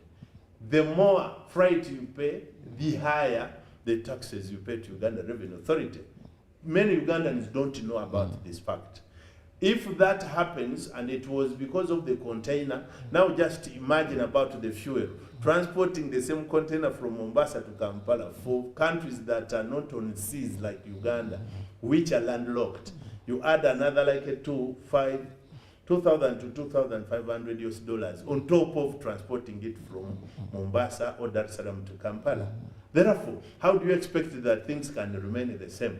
This one put aside, we came here and argued about the increment of taxes on textile and garments, where government, up to today, we are struggling with it to amend, at least within this financial year, to amend the payment of taxes on textile and garments to units, not in 2 kilos.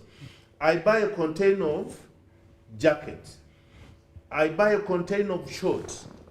And you tell me I should pay according to the weight. Like it or not, the price is going to be high, all right? Even 3, 4, 5 times more. Well, Mr. Sekito rightly said you've brought in an element that is international, like the cost of containers, but still, you've also brought in an element of taxation.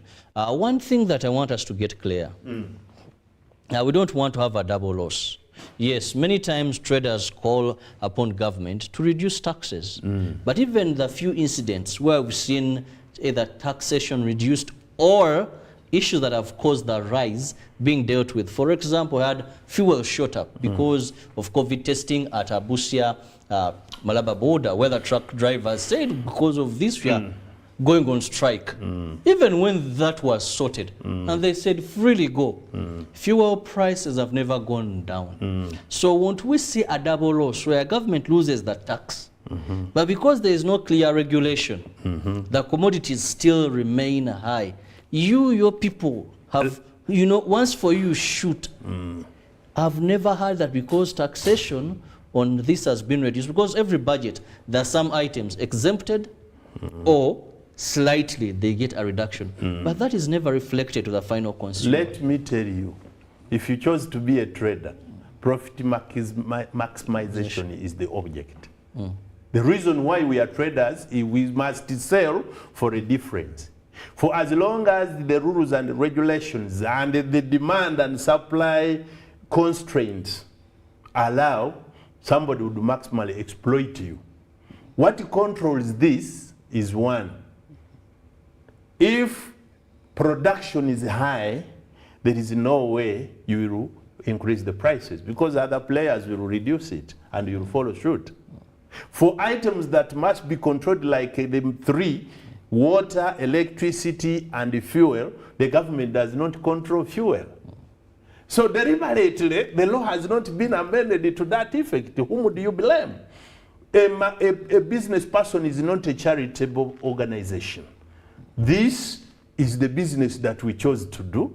And therefore, for as long as the price elasticity is moving, the supply is low, definitely the demand must shoot high. I can only be brought down when the demand reduces because of the increase in supply. This is a fact. However, we also encourage some of our people to be humane. Unfortunately, the Revenue Authority, at times you hear that the government of Uganda, through the Ministry of Finance, Planning and Economic Development, has reduced some prices. For example, they came in for textile for 3, 4, 5 months. But what Uganda Revenue Authority did, because they are the implementers, they increased the prices instead, on pretexts that the documents we give them are falsified, and therefore the prices per unit were increased. So the Revenue Authority, the Ministry of Finance reduces the rates, and then the Uganda Revenue Authority increases the prices. All right? So at the end of the day, the difference is not felt by the trader because the Revenue Authority is controlled by the targets that they are given by the ministry. So as long as they say, for this financial year, we want a budget of 44 trillions. And the objection, the projections are these ones, handed over to URA. We want this. Convincing URA that something has been amended and therefore we need to do this is not easy because government will demand from them targets. When they go to Parliament, the parliamentarians need payment, need money for cars, need this and that. All they mind about is, have you hit the target? So the taxman will squeeze you so that he gets the target, regardless the inputs. But you would think Tell me 1 year where you heard that the government of Uganda has presented a supplementary budget to reduce on the prices of sugar, the prices of soap. Because of this that we did not see, we are now going to to Parliament, and we have introduced a 1 trillion input as a matter of shock absorbing the price increments. What you hear is all going to the recurrent expenditure. The development expenditure will never ever in Uganda have a supplement in Parliament or in Cabinet. Why? Why are we absorbing the shocks of the workers, the MPs, the ministers as a recurrent budget, while the development expenditure that contributes largely to the tax inputs, we don't mind what happens on the ground. So the business person here is trying to survive after suffering massively from COVID. The countries where we get raw materials, many raw materials, the prices have increased and the taxes have also increased. Now, who do you expect to intervene? Some of the factors are very natural because we are under privatization. The rule of perfect competition is if they sell to you something expensively, go to the market and sell yours expensively so that you can survive. Well, that said, because, finally it is the final consumer to suffer. To suffer, because one person told me traders don't pay tax. It is us who pay tax, because whatever actually the burden is brought back to us. Has this affected you in any way, or it is a time you're reaping from, it is a bumper harvest to you? The person who argued with you, the way you have told me, lives in heaven.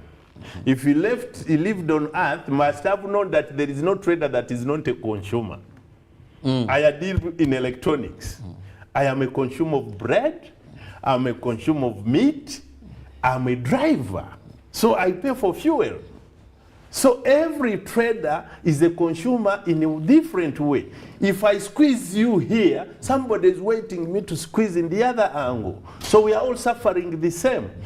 The one that I would have amassed, somebody is also waiting to take it from me. So that argument wasn't worth. Has this in any way affected the business? Let me tell you, if you want to get this, get your camera as a journalist. Go to some of the very expensive malls like Mini Price. Go to the ones that you think are well selling. You will see signposts, space for rent, space for rent. Many shops are abandoned because the turnover is very low. People who used to buy soap, a bar of soap, they are now buying pieces, cut for me. Somebody would give you 6,000 for a bowl of soap, right? Is going to give you something like 1,000. At the end of the day, a person that would sell 10 million has 2 million in the coffers. The sales are down because the cash flow is not moving. Then that would mean prices going down. No. At times you because there's no purchasing power. You cannot sell below purchasing price. That's a fact. I better stay with my goods. A person bought a liter that used to cost 70,000 is now 180. It's an input for the production of oil, for the production of soap. You think that person is going to sell a bar of soap at 4,500? No. The stock will remain there. And as long as the stock is not moving, the turnover is not there and the business is not profitable. That is how negatively the prices impact on the businesses, even the business people themselves. Because they are finally consumers, they spend a lot to stay and survive where they are not the one who's producing that product. As well, the sales are low. So what we must do, we shall not lament all the times. One, for the case of fuel, government must, whether they want or not, reinstate the reserves. So that during times of crisis, they can open them and get some reliable station dealers and then tell them how to do that. Two, we can employ services like that of import quotas. Honorable Maria did it when we had a crisis of sugar. She called the Casita, bring me the sugar dealers. He selected like a 20. Allocated each, I give you 10 tons, 5 tons, 30 tons. When the manufacturers of sugar who were innovating and had caused the crisis heard about this, before they offloaded, the sugar had come down. Because these people are allowed imports without taxes so that they stabilize the prices. It came because, even sugar he made here was very expensive. Yes. So when you see some items that are being hiked, talk to the manufacturers, talk to the traders, talk to the dealers in these products. Give them some allowance, relax the laws, the taxes, temporarily. But that is not that, you know, when we relax taxes, yes, we don't have a law that compels. No. And you've just talked about maximization of profit as being a deal. Yesterday, I was at home and I tried out something. Yes. A friend of mine visited and he was talking about this. Yes. That we are discussing. Yes. You know that talk. I'm like, but let me first find out. For the first time in Uganda, buy a bar of soap. The lady tells me it was on 1,000, now it is 2,000. I think White Star. So I told her, but Heavenly Father, how would you shift from 1,000 to 2,000, madam? That's a 100% increment. How much is a bar? 8,000. How many pieces do you get here? So this was exploitation. Much as we are saying now people are buying in small quantities, but then they're also being exploited there. Yes. So what assurance then do we have that Sechito, when government reduces taxes without a compelling law, we don't have fixed prices? Like those days the budget would be clear. The minister Sugar this cannot amount. intervene if without a statutory instrument. Every minister in their own capacities have a right to present through a statutory instrument a special law taken to Parliament. Within a day it is passed, and that provides for that emergency. There is no minister that is not allowed to make a statutory instrument if need arises. You remember when the president used it to say you must stay home for this and that.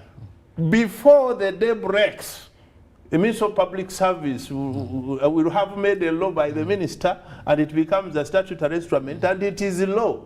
Let us not hide under lack of law, because every minister, that's the work of the minister. How can you absorb the shocks using your powers with or without Parliament? A statutory instrument can bite. Therefore, there is no excuse under that. And it has been tried before for rice, for sugar, and some other items. It can be tried for soap, cooking oil, wheat flour, and all other items that are seemingly essential today. And if that is so hard, then let's deal with the complementary factor, and that is fuel. Let Parliament sit. Let the Minister of Energy gazette a statutory instrument instructing every dealer to follow a law that takes us below 4,500. Let them remain with a little profit margin, so that in the long run they will recover when the economy is not floating.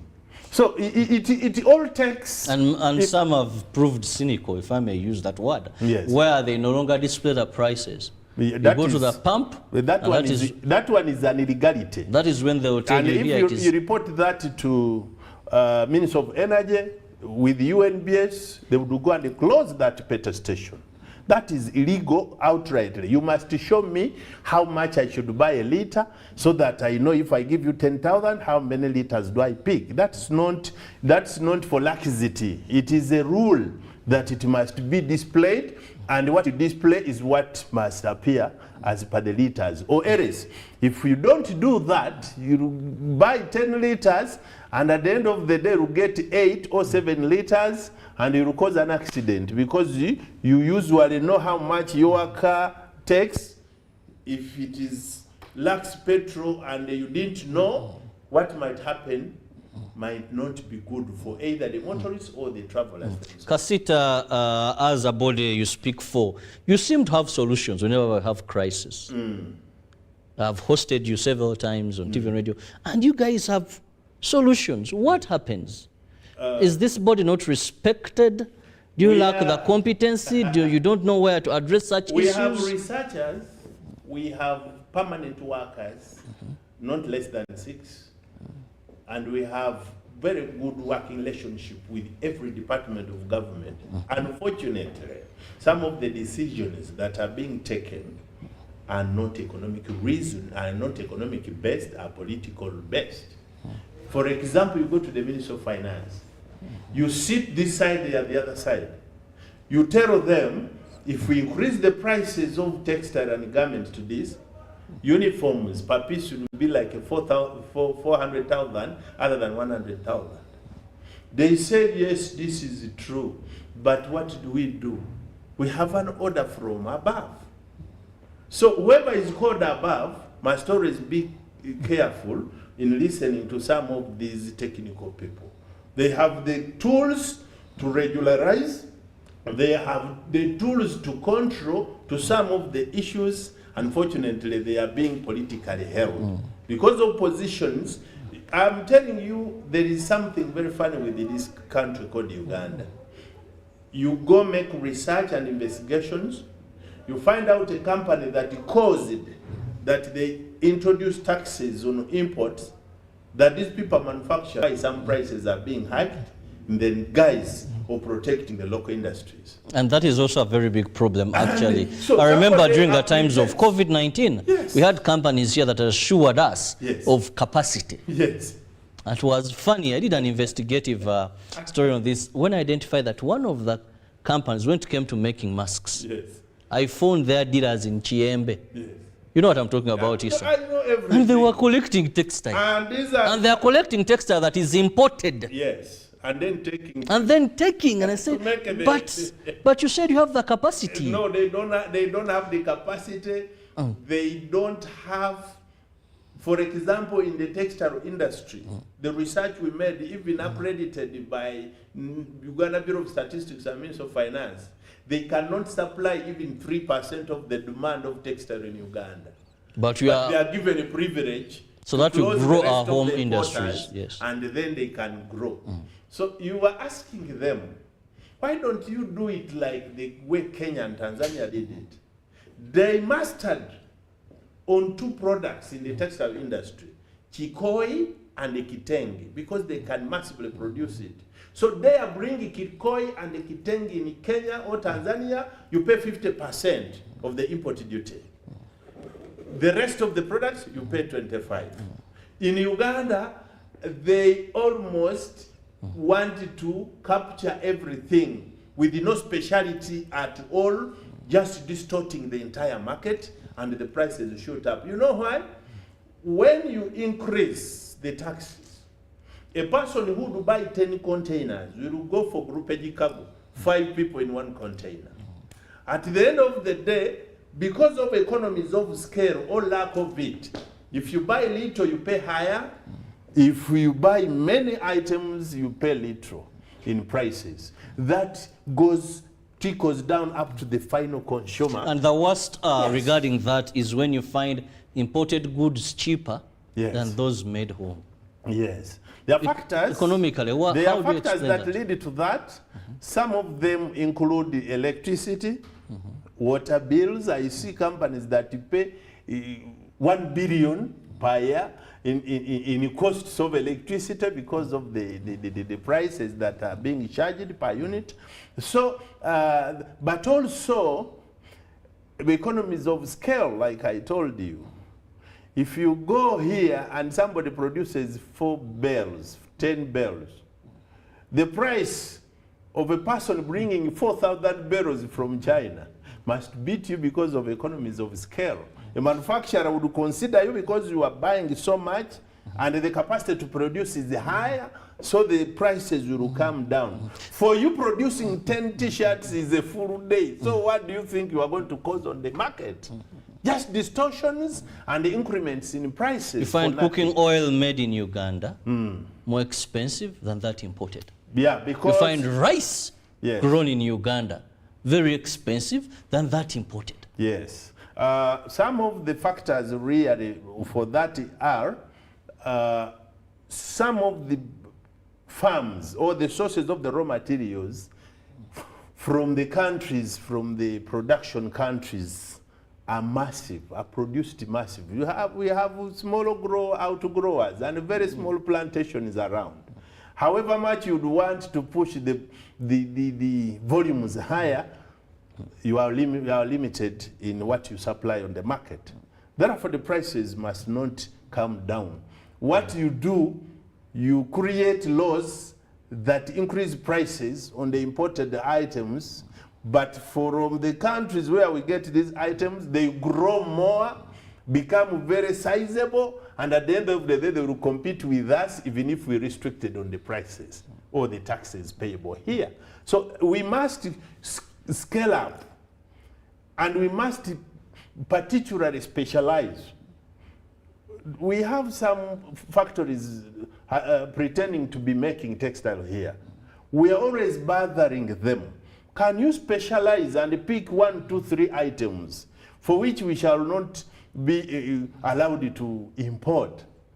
You will find them jeans, t-shirts, shoots, everything. They wanted the prices of those that we import to increase, yet they cannot produce even a quarter of what is demanded on the market. Yes, sir, in the interest of time, What are your predictions? How long are we going to stay? Because when the Prime Minister was addressing us on this, she said it's a matter of time. Once this issue of COVID, factories are now working, is this going to take? Are we going to end maybe 2022 in this? No, is it soon? Are we expecting prices to go soon.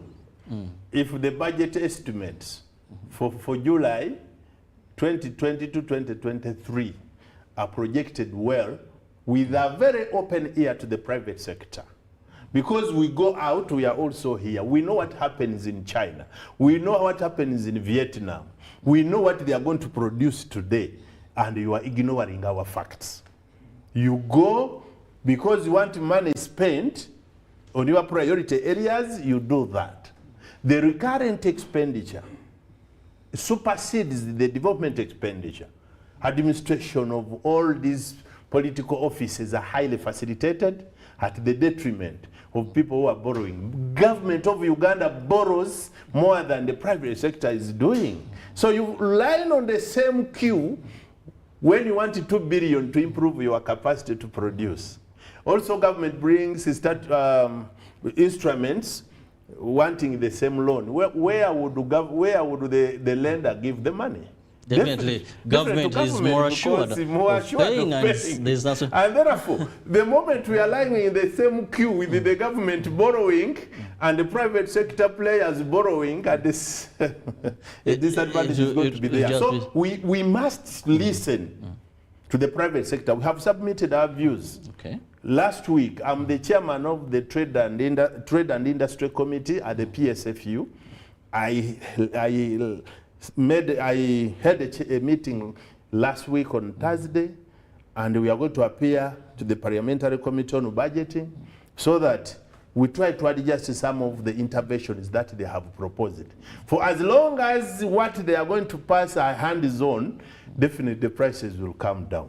Okay. To the contrary, let us tighten our belts.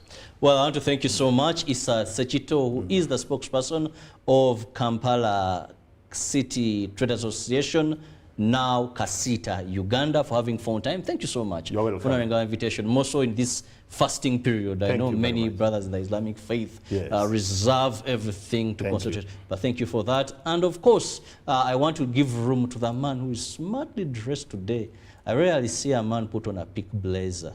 But this man decided to wear a pink blazer with good color combination. You can't afford to miss our fashion star. That is Ruben, who will be here to give you more regarding the world of sports. Have a lovely day. But Liverpool and...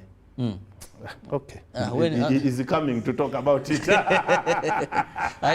You support Liverpool? Yes. And now for us, Arsenal, this weekend. No, you will talk next year. This weekend, it was a disaster. We were first happy. Why do you talk about this weekend? When they were giving, you know. No, you just said this season. It was first Manu. It was first Manu, and we were celebrating Babiku. Babiku. Then came our time. I think Manu game was around 2. Then I was around 5. No, I know these were two dwarfs laughing at each other that they are. Have a lovely day, Sir. Good morning.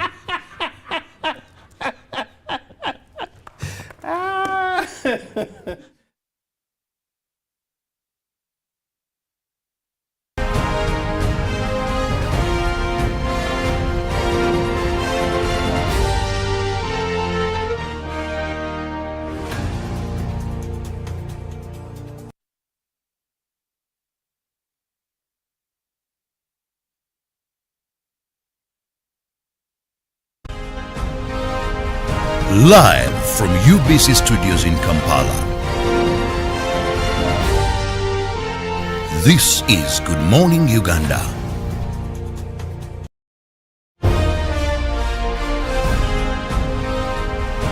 Live from UBC Studios in Kampala. This is Good Morning Uganda.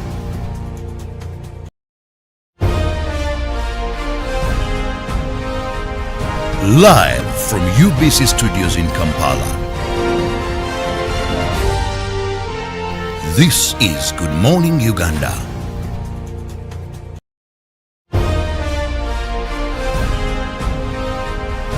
Live from UBC Studios in Kampala. This is Good Morning Uganda.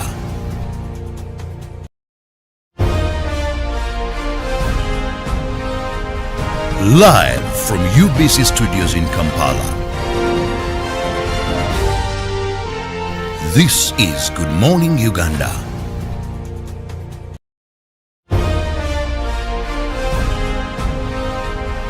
Live from UBC Studios in Kampala. This is Good Morning Uganda.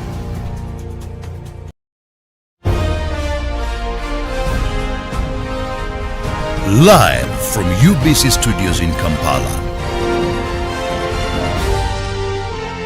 This is Good Morning Uganda.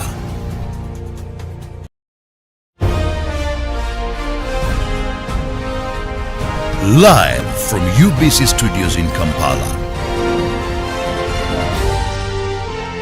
This is Good Morning Uganda.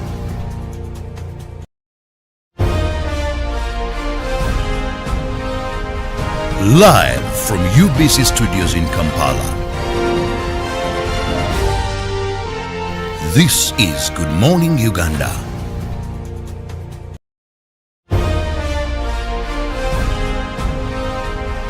Live from UBC Studios in Kampala. This is Good Morning Uganda.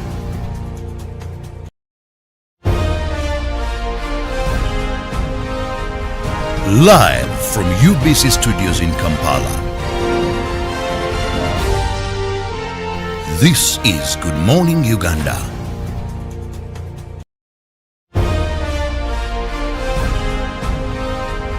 Live from UBC Studios in Kampala. This is Good Morning Uganda.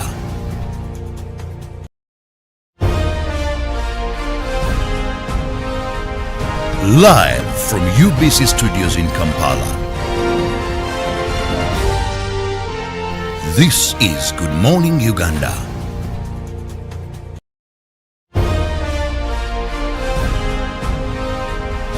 Live from UBC Studios in Kampala.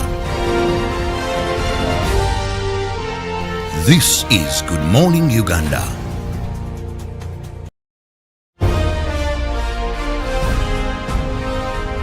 Live from UBC Studios in Kampala. This is Good Morning Uganda.